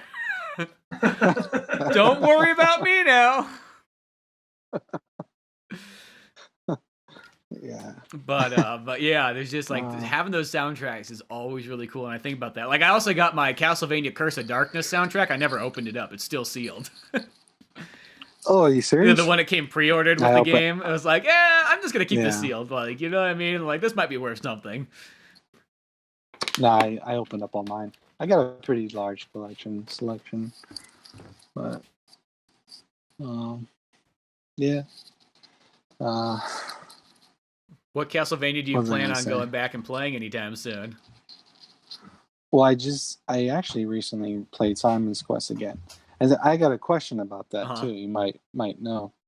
You know how like has different endings, right? Yeah. How do you get the different endings? Is it based off how fast you complete the game? Or is it based off what you collect in the game? I think it's based off, you got to make sure you get all of Dracula's body parts, which sounds kind of weird when you explain it like that. But that's what Simon's Quest is. You have to get all his body parts. Okay, you have to get all his body parts. I don't think there's a timer in that, because I didn't think games really started bringing in the timing. I mean, the timer aspect till like the Super Nintendo era. I could be kind of wrong there. Maybe Metroid has a timer thing. I know. No, yeah, because Metroid has to have a timer. I think that's how you get the Justin Bailey costume. But beyond that, though, God, what is it in Castlevania 2 to get the different endings? I don't remember. That's one of those Castlevanias I need to go back and play again too. I haven't played that one in a long time, like all the way through. It is tedious, but yeah, the music's good. I like it. It's good. No, it's like a little gothic adventure you're going on, which is pretty cool. Yeah, and they made it kind of feel like sort of like, as far as regular Nintendo goes, it has like almost an open world feel to it, like in an old variation. You know, and it always reminds me kind of like it's in the same ballpark as Legend of Zelda 2. Like those two games kind of remind me like they're like, hey, we had this format that worked fantastic. Let's try something different though on our second round. Oops, sorry.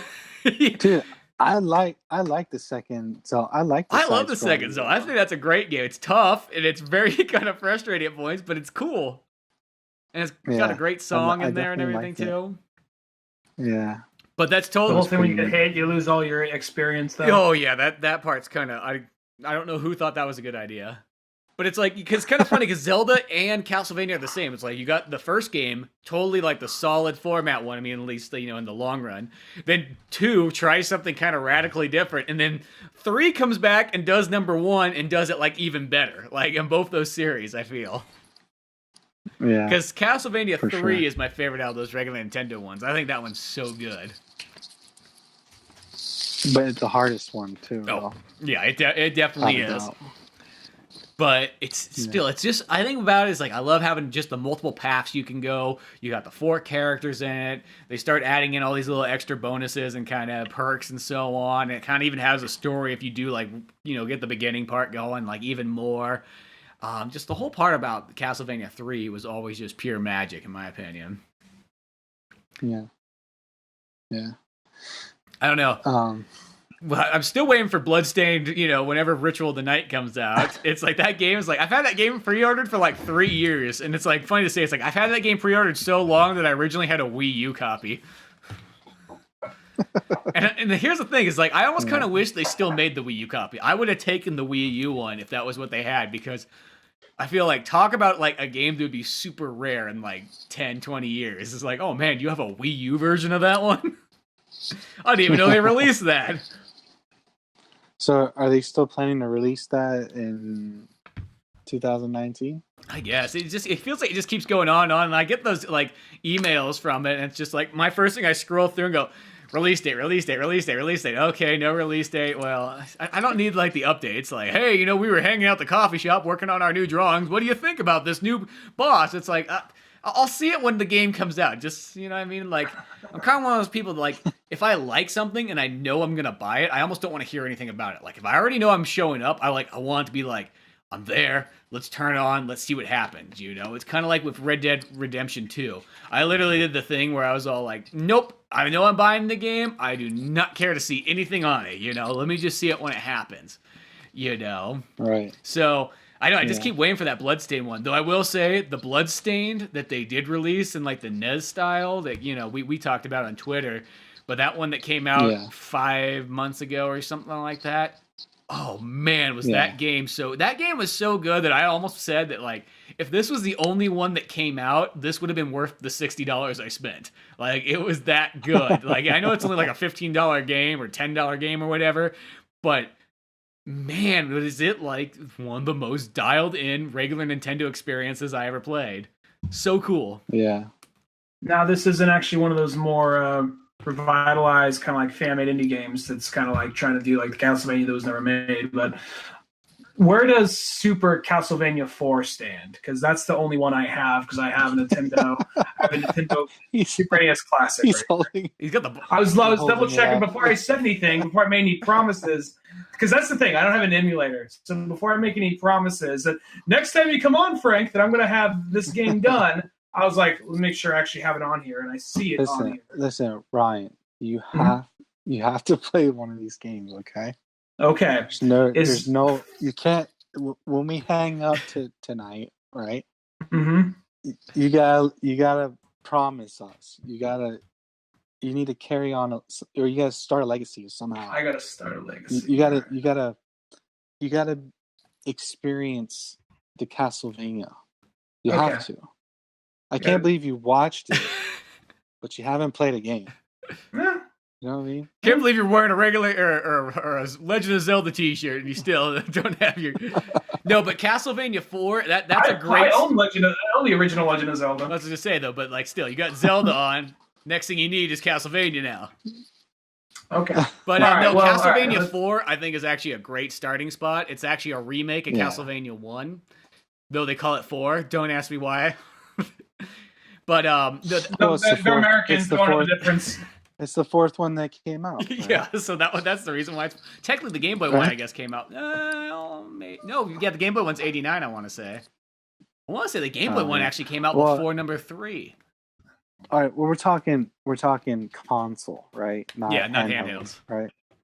Right. That's a whole nother realm. So, but no. So, tell you what. Okay, now we're gonna try and let's see. We gotta figure out a time here. Well, this is what you gotta do too. You should bring your SNES Classic next time you come over to my house, and I'll modify it for you, and then you'll have Castlevania 1, 2, 3, all that the Game Boy ones. I don't know the fuck your SNES Classic's been. I don't want my shit to get an STD. Dude, could you imagine Ryan trying to play Castlevania 1?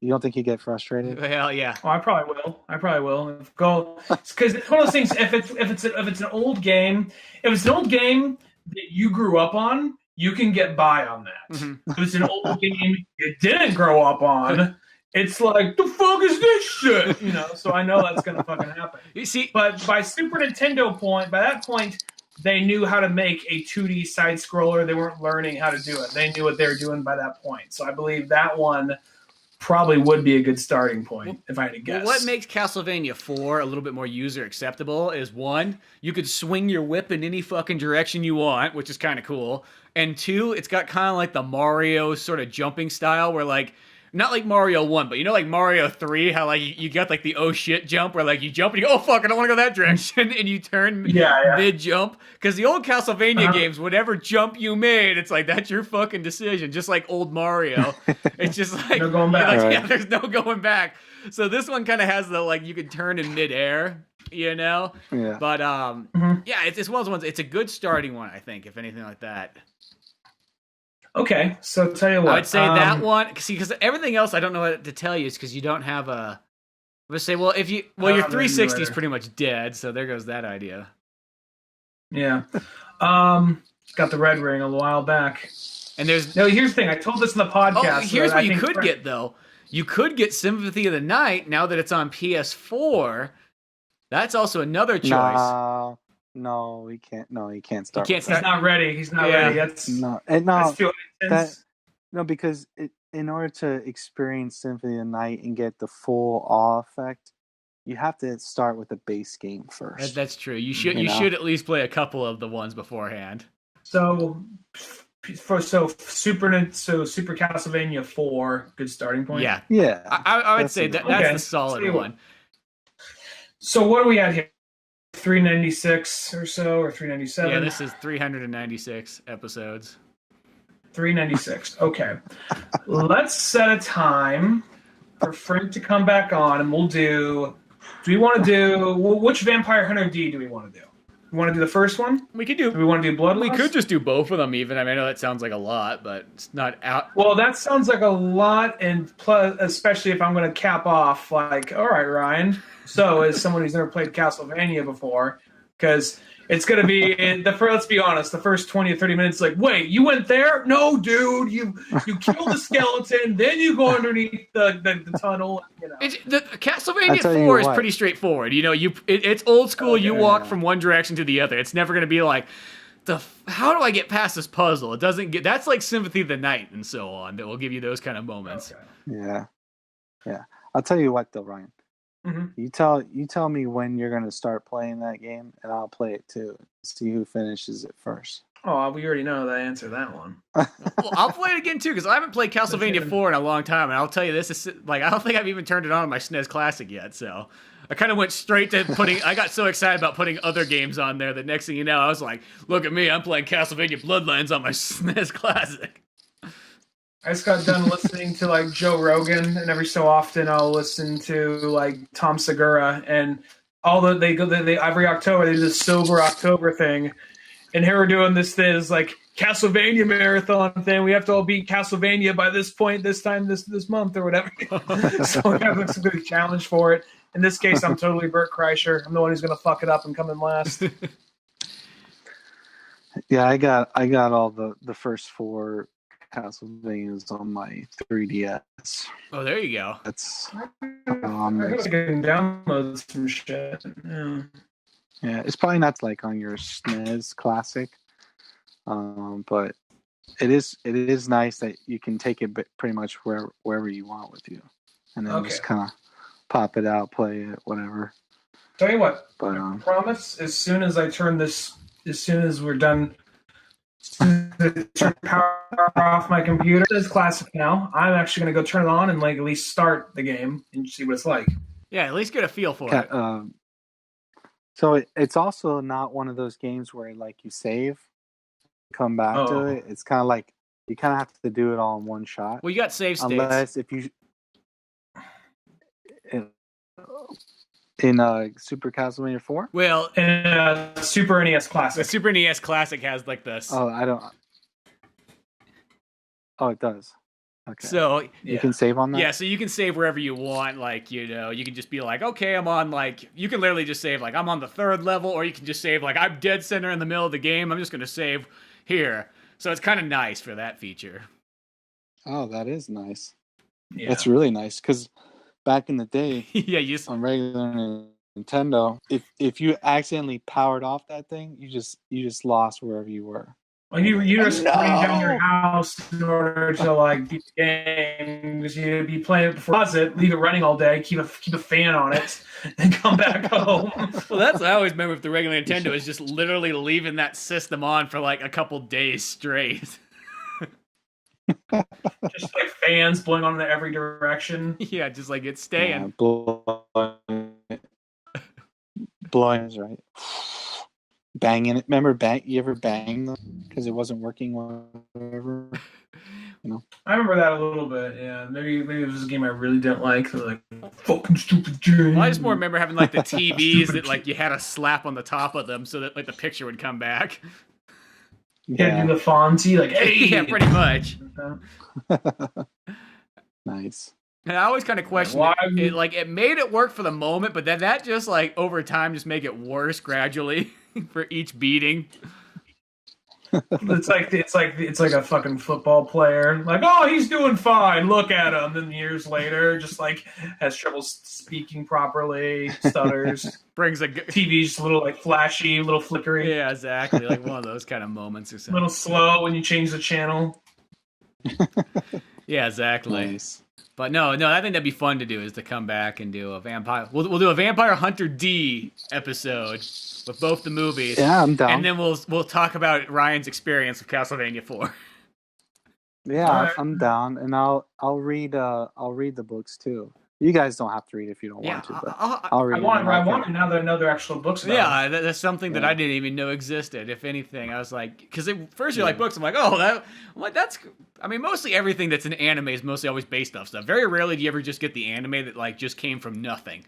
It was just like, oh, one day we decided to make this anime, but that'd be pretty sweet to check out. It's kind of like there's a Parasite Eve book, and I've always wanted to check that out, and that's what the game's based on. It's like that's kind of cool. Mm-hmm. Nice. Yeah. Well, my told me that it's getting low on power. Oh. So if I'm cut off, you know why. Okay, well, that's probably a good time to wrap up then, because you're probably breaching midnight right there where you're at anyways. I don't even know what time it is, right? What time is it by you? It's 9/11. 9/11. 9/11. 9/11. Never forget, kids. Never forget. Right, so then it's like, yeah, so it is past midnight here. But that's all right, because I am in the darkness. One with the darkness. I am darkness. Look, see it right now. I'm in the light, and now I'm dark. It's very fitting. You know what's always especially the flickering light in the background. Now I am light. You know what's the thing though is whenever I look at Frank though, I just feel like I'm looking at like some long lost relative of my own. I just feel like at some point our family lines must have split like 200 years ago and went different directions. Hey, we probably sailed over on the same ship. Yeah, I get that a lot. A lot of people are like, hey, you look like this person. You look like that person. And always comparing my beard or something. Ben's just going, you look like me. I know. It's like I almost feel like I'm looking in the mirror or something like that. We both got glasses on and long hair and a beard, and it's like the exact same color, pretty much. Both of vampires and Castlevania. Yeah, there's this odd connection, you know. Both like the same metal bands too. Yeah, dude. Maybe there is something to that. I know. Right? Hey now. Yeah. Frank, have you ever heard the band Corpicalani? Of course. We're gonna go. I've seen them. I'm gonna go see them this Friday. Nice. They're in the States? Yeah, that's what I thought too. I was like, oh my gosh, I have to go for that. Yeah. They're from Finland, right? Is it Finland? For some reason I thought it was Sweden, but I could be wrong there. Maybe it is Finland. Maybe they are Sweden. I don't know. But that's what I thought too. I'm like, it's a band that's mostly, not in English, and they're doing a tour in the United States. That's gonna be amazing. Yeah. Yeah, they do the song Vodka, right? Vodka, yeah. It's good for you. It's like one of their 3 songs that's in English. The only songs that are in English is if they're like, about alcohol, but the rest of them are all, in Swedish. So like, it always kind of makes you wonder, like whenever you listen to a bunch of foreign music, I always kind of wonder sometimes, I'm going like, At the end of the day, I really don't. This music's awesome, but like, what if they're just singing about a bunch of like hate-filled messages or something, Like I always think about that with some band, like be listening to like this really cool Japanese band, but like, what if this Japanese band's like the Japanese equivalent of like the Ku Klux Klan or something over there? Yeah, and you're just like, man, this music's kick-ass.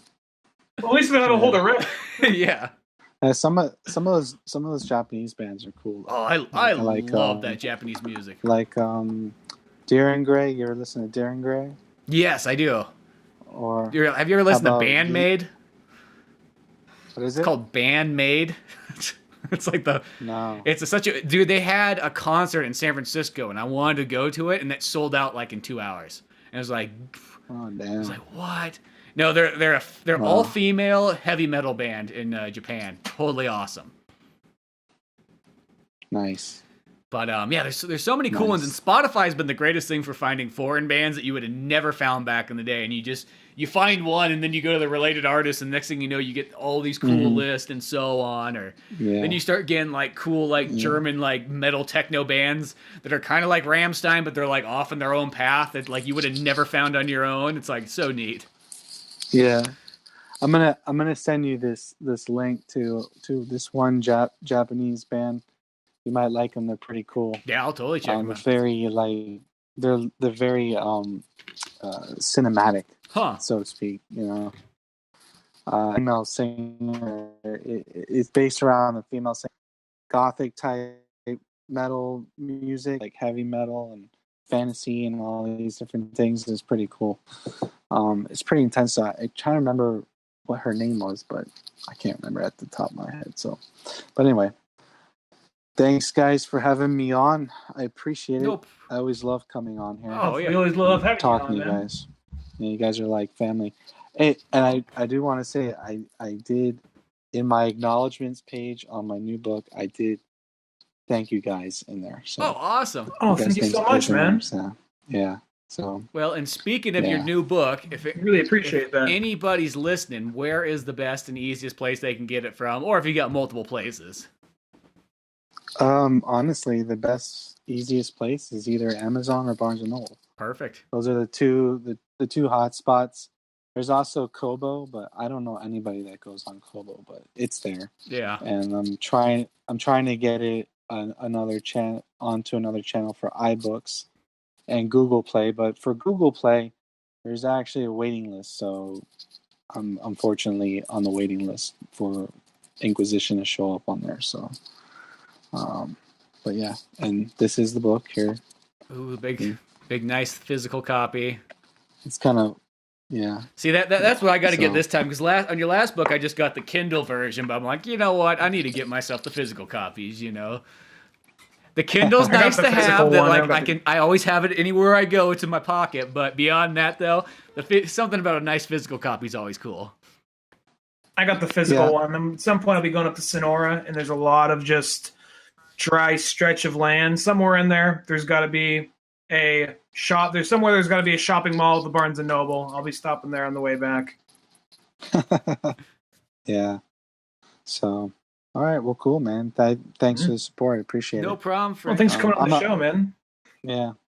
I am a fan of ebooks and paperback books, so to me, it doesn't matter. Yeah. I do like being able to pull out my phone and be able to read on the fly. It's one of the best features ever. Of course. Yeah, but at the same time, I do have my personal library collection here, and maybe one day I'll show it to you guys. Yeah. I do have a pretty extensive library here. So for references, for research purposes. Exactly. Well, both me and Ryan are big fans of large libraries anyways, so. Yeah. Yep. Cool. You have something in common with somebody when they tell you, like, when you get really excited about buying a new bookshelf. The people that go like, oh my gosh, like when you get that moment, like, man, dude, I'm getting a new bookshelf or a new DVD rack, it's gonna be glorious. Yeah, I actually have a small collection of guitars that I don't use, and it's kind of like cluttering up a spot in my home here. And Deanna's like, she's bugging me. She's like, when are you going to sell those guitars so I can put a new bookshelf there?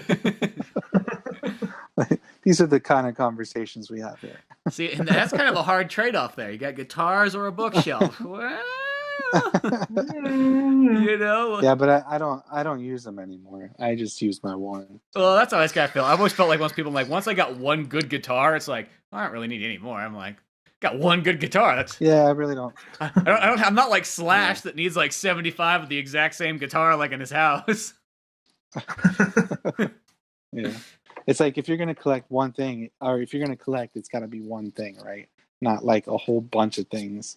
And then you just have tons of stuff everywhere. Yeah, right? see, I always tell myself that, but then it's like I seem to get video games, comic books, and movies, and that's the thing. It's like it used to be music. I will say music kind of stopped in like the last handful of years. Yeah. But they're Thank you, Spotify. yes, because Spotify kind of made that kind of collection obsolete, so that kind of maybe is a good thing. But I still buy a lot of movies, a lot of games, and a lot of books. Yeah, with the whole movie thing, like, I kind of stopped buying movies just because they're constantly streaming stuff now, and it's like, how many times am I actually really going to watch it? I mean, unless it's like like Vampire Hunter or something like novelty, Bram Stoker Dracula, or whatever. Or movies that have special Van features. Helsing. That's always my big thing. That's the reason I'll buy like a Blu-ray or something like that. Like they just had, I know I'm just kind of going off, dragging along, but they had a Maximum Overdrive, like ridiculously super special edition Blu-ray, and I'm like, I have to have this. Like, are you kidding me? Watching people get ran over by vehicles while listening to AC/DC and with Emilio Estevez. There you go. There's my childhood all wrapped in one. Hey, and there you go. It ties in perfectly. It came out the same year as Castlevania. There you go. But, well, Frank, we'll plan on a new episode coming up soon, and we'll do some more Vampire Hunter D and everything. But I always feel like it's like Pawn Stars in here. It's like, well, let me see. You brought in this item. It's kind of vampire related. Well, I know a little bit about this, but let me bring in Frank. He's my expert on it. And then we like go down the street or whatever, and Frank comes by and he's like looking at it like tells us the exact details on it. This might be worth $1,500 here. Oh, okay, $1,500. And then the guy's like, hey, can I get $1,500 for that? Like, well, we can't sell it for that. How about $400? Well, I really need that 400. Yeah, here's 400. Get the fuck out. Yeah. Okay. Guy that he took the POV, like, oh yeah, I did a really good job. I walked away with only having to give $400 to that idiot back there. I'll sell this for $2,000 at my shop now. Yeah. Every episode. Do you want, in closing, do you want me to read the synopsis of this new story? Yes, let's do it. That would be fantastic. I'm gonna say it in my best movie tone voice. Okay, so yeah. So Inquisition is out, and so on the back it's C right here. I'm gonna read what it says here. Blood of the Father, blood of the Son, blood of those dead and gone. After learning the truth about his missing son Dorian, tenor Wolfgang is left with unanswered questions. The vampire hunter and his faithful friend Kronklik pursue Dorian through forces of darkness. Haunted by the phrase, blood of the Father, Wolfgang wonders what forces of darkness intend. In a heart-pounding race across a frozen Gothic countryside, Wolfgang seeks answers, stopping at nothing to reach his son before it's too late. Who are the carnal Risi, really, and what is their purpose? Continuing the gut-wrenching journey of carnage, strife, and suffering in this next installment of the Wolfgang Trilogy. Amazing. Sounds awesome. I can't wait. I'm going to have to order pick that one up right away. I'm probably going to have to order the first one from you, too, so I can have the... Because, you can't just have two without having the first one. That's one of the downfalls. Like, when you buy, like, things in digital, then it doesn't really match if you decide to get something in physical later on. You're like, well, now I got to have all the physical ones now. Come on. Yeah. That's our innate collector persona on all of us, right? It comes down to the old fashioned Pokemon gotta catch 'em all feeling. I don't know what it is. It just doesn't go away. Yeah, for sure. But awesome, Frank. Well, we'll let you get going. We'll have a podcast coming up soon again. Just keep spreading the word about your book and everything like that. Make sure everybody out there go check it out. Check out Wolfgang. It's on Amazon. I mean, come on, that's the easiest place to buy anything. You know what I mean? So go there, grab Frank's book, and then till then, you can also check out oldmanorange.com for more podcasts, comic books, cartoons, music, movies, and more. I'm Spencer Scott Holmes. And I'm Ryan Dunigan, and with our special guest, F.D. Gross, otherwise known as Frank Gross. That almost sounded like a Resident Evil start, like F.D. Gross. 2.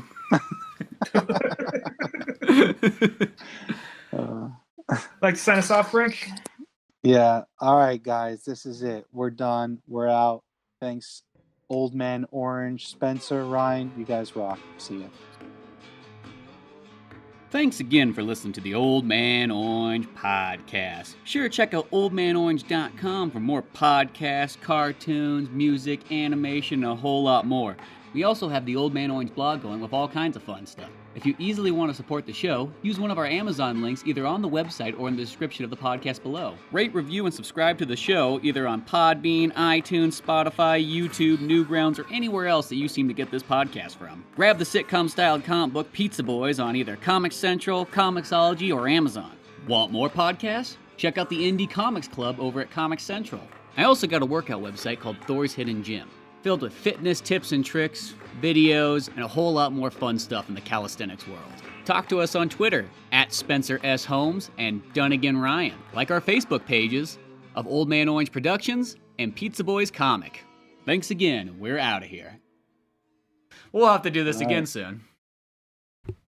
Yes, for sure. And I'll play the Castlevania game. I was looking at. I had a Final Fantasy thing on my dashboard. We get to the next episode, so Ryan's like, "Well, Final Fantasy 3 was pretty cool."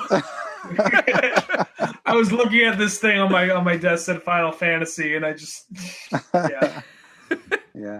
Final Fantasy. Yeah, I started playing Final Fantasy 15 finally. That's pretty fun. I enjoyed it. It's pretty amazing. Like all the different things you can do, like with the car and fishing and all this stuff. It's like, man, this game can like really take away from your life. It really can. The nice thing though is it's not as long as you think. It when you think it's gonna keep going on, it's like, oh, whoa, that's it. It's done. Like, and then there's did you watch the Final Fantasy 15 movie? Yeah, that really Kingsglaive. Yeah, that really adds to the experience if you can get a copy of that, Yeah. And I was really impressed with that. That movie was done really well. Yeah, it was good. I liked it. But then once you finish that, you got to add that Dragon Quest 11. I know I talk about this game like I'm a preacher for fucking Dragon Quest 11 now, but like, have you heard the word? Have you heard the good word of Dragon Quest? But I kid you not, it's just that good of a game.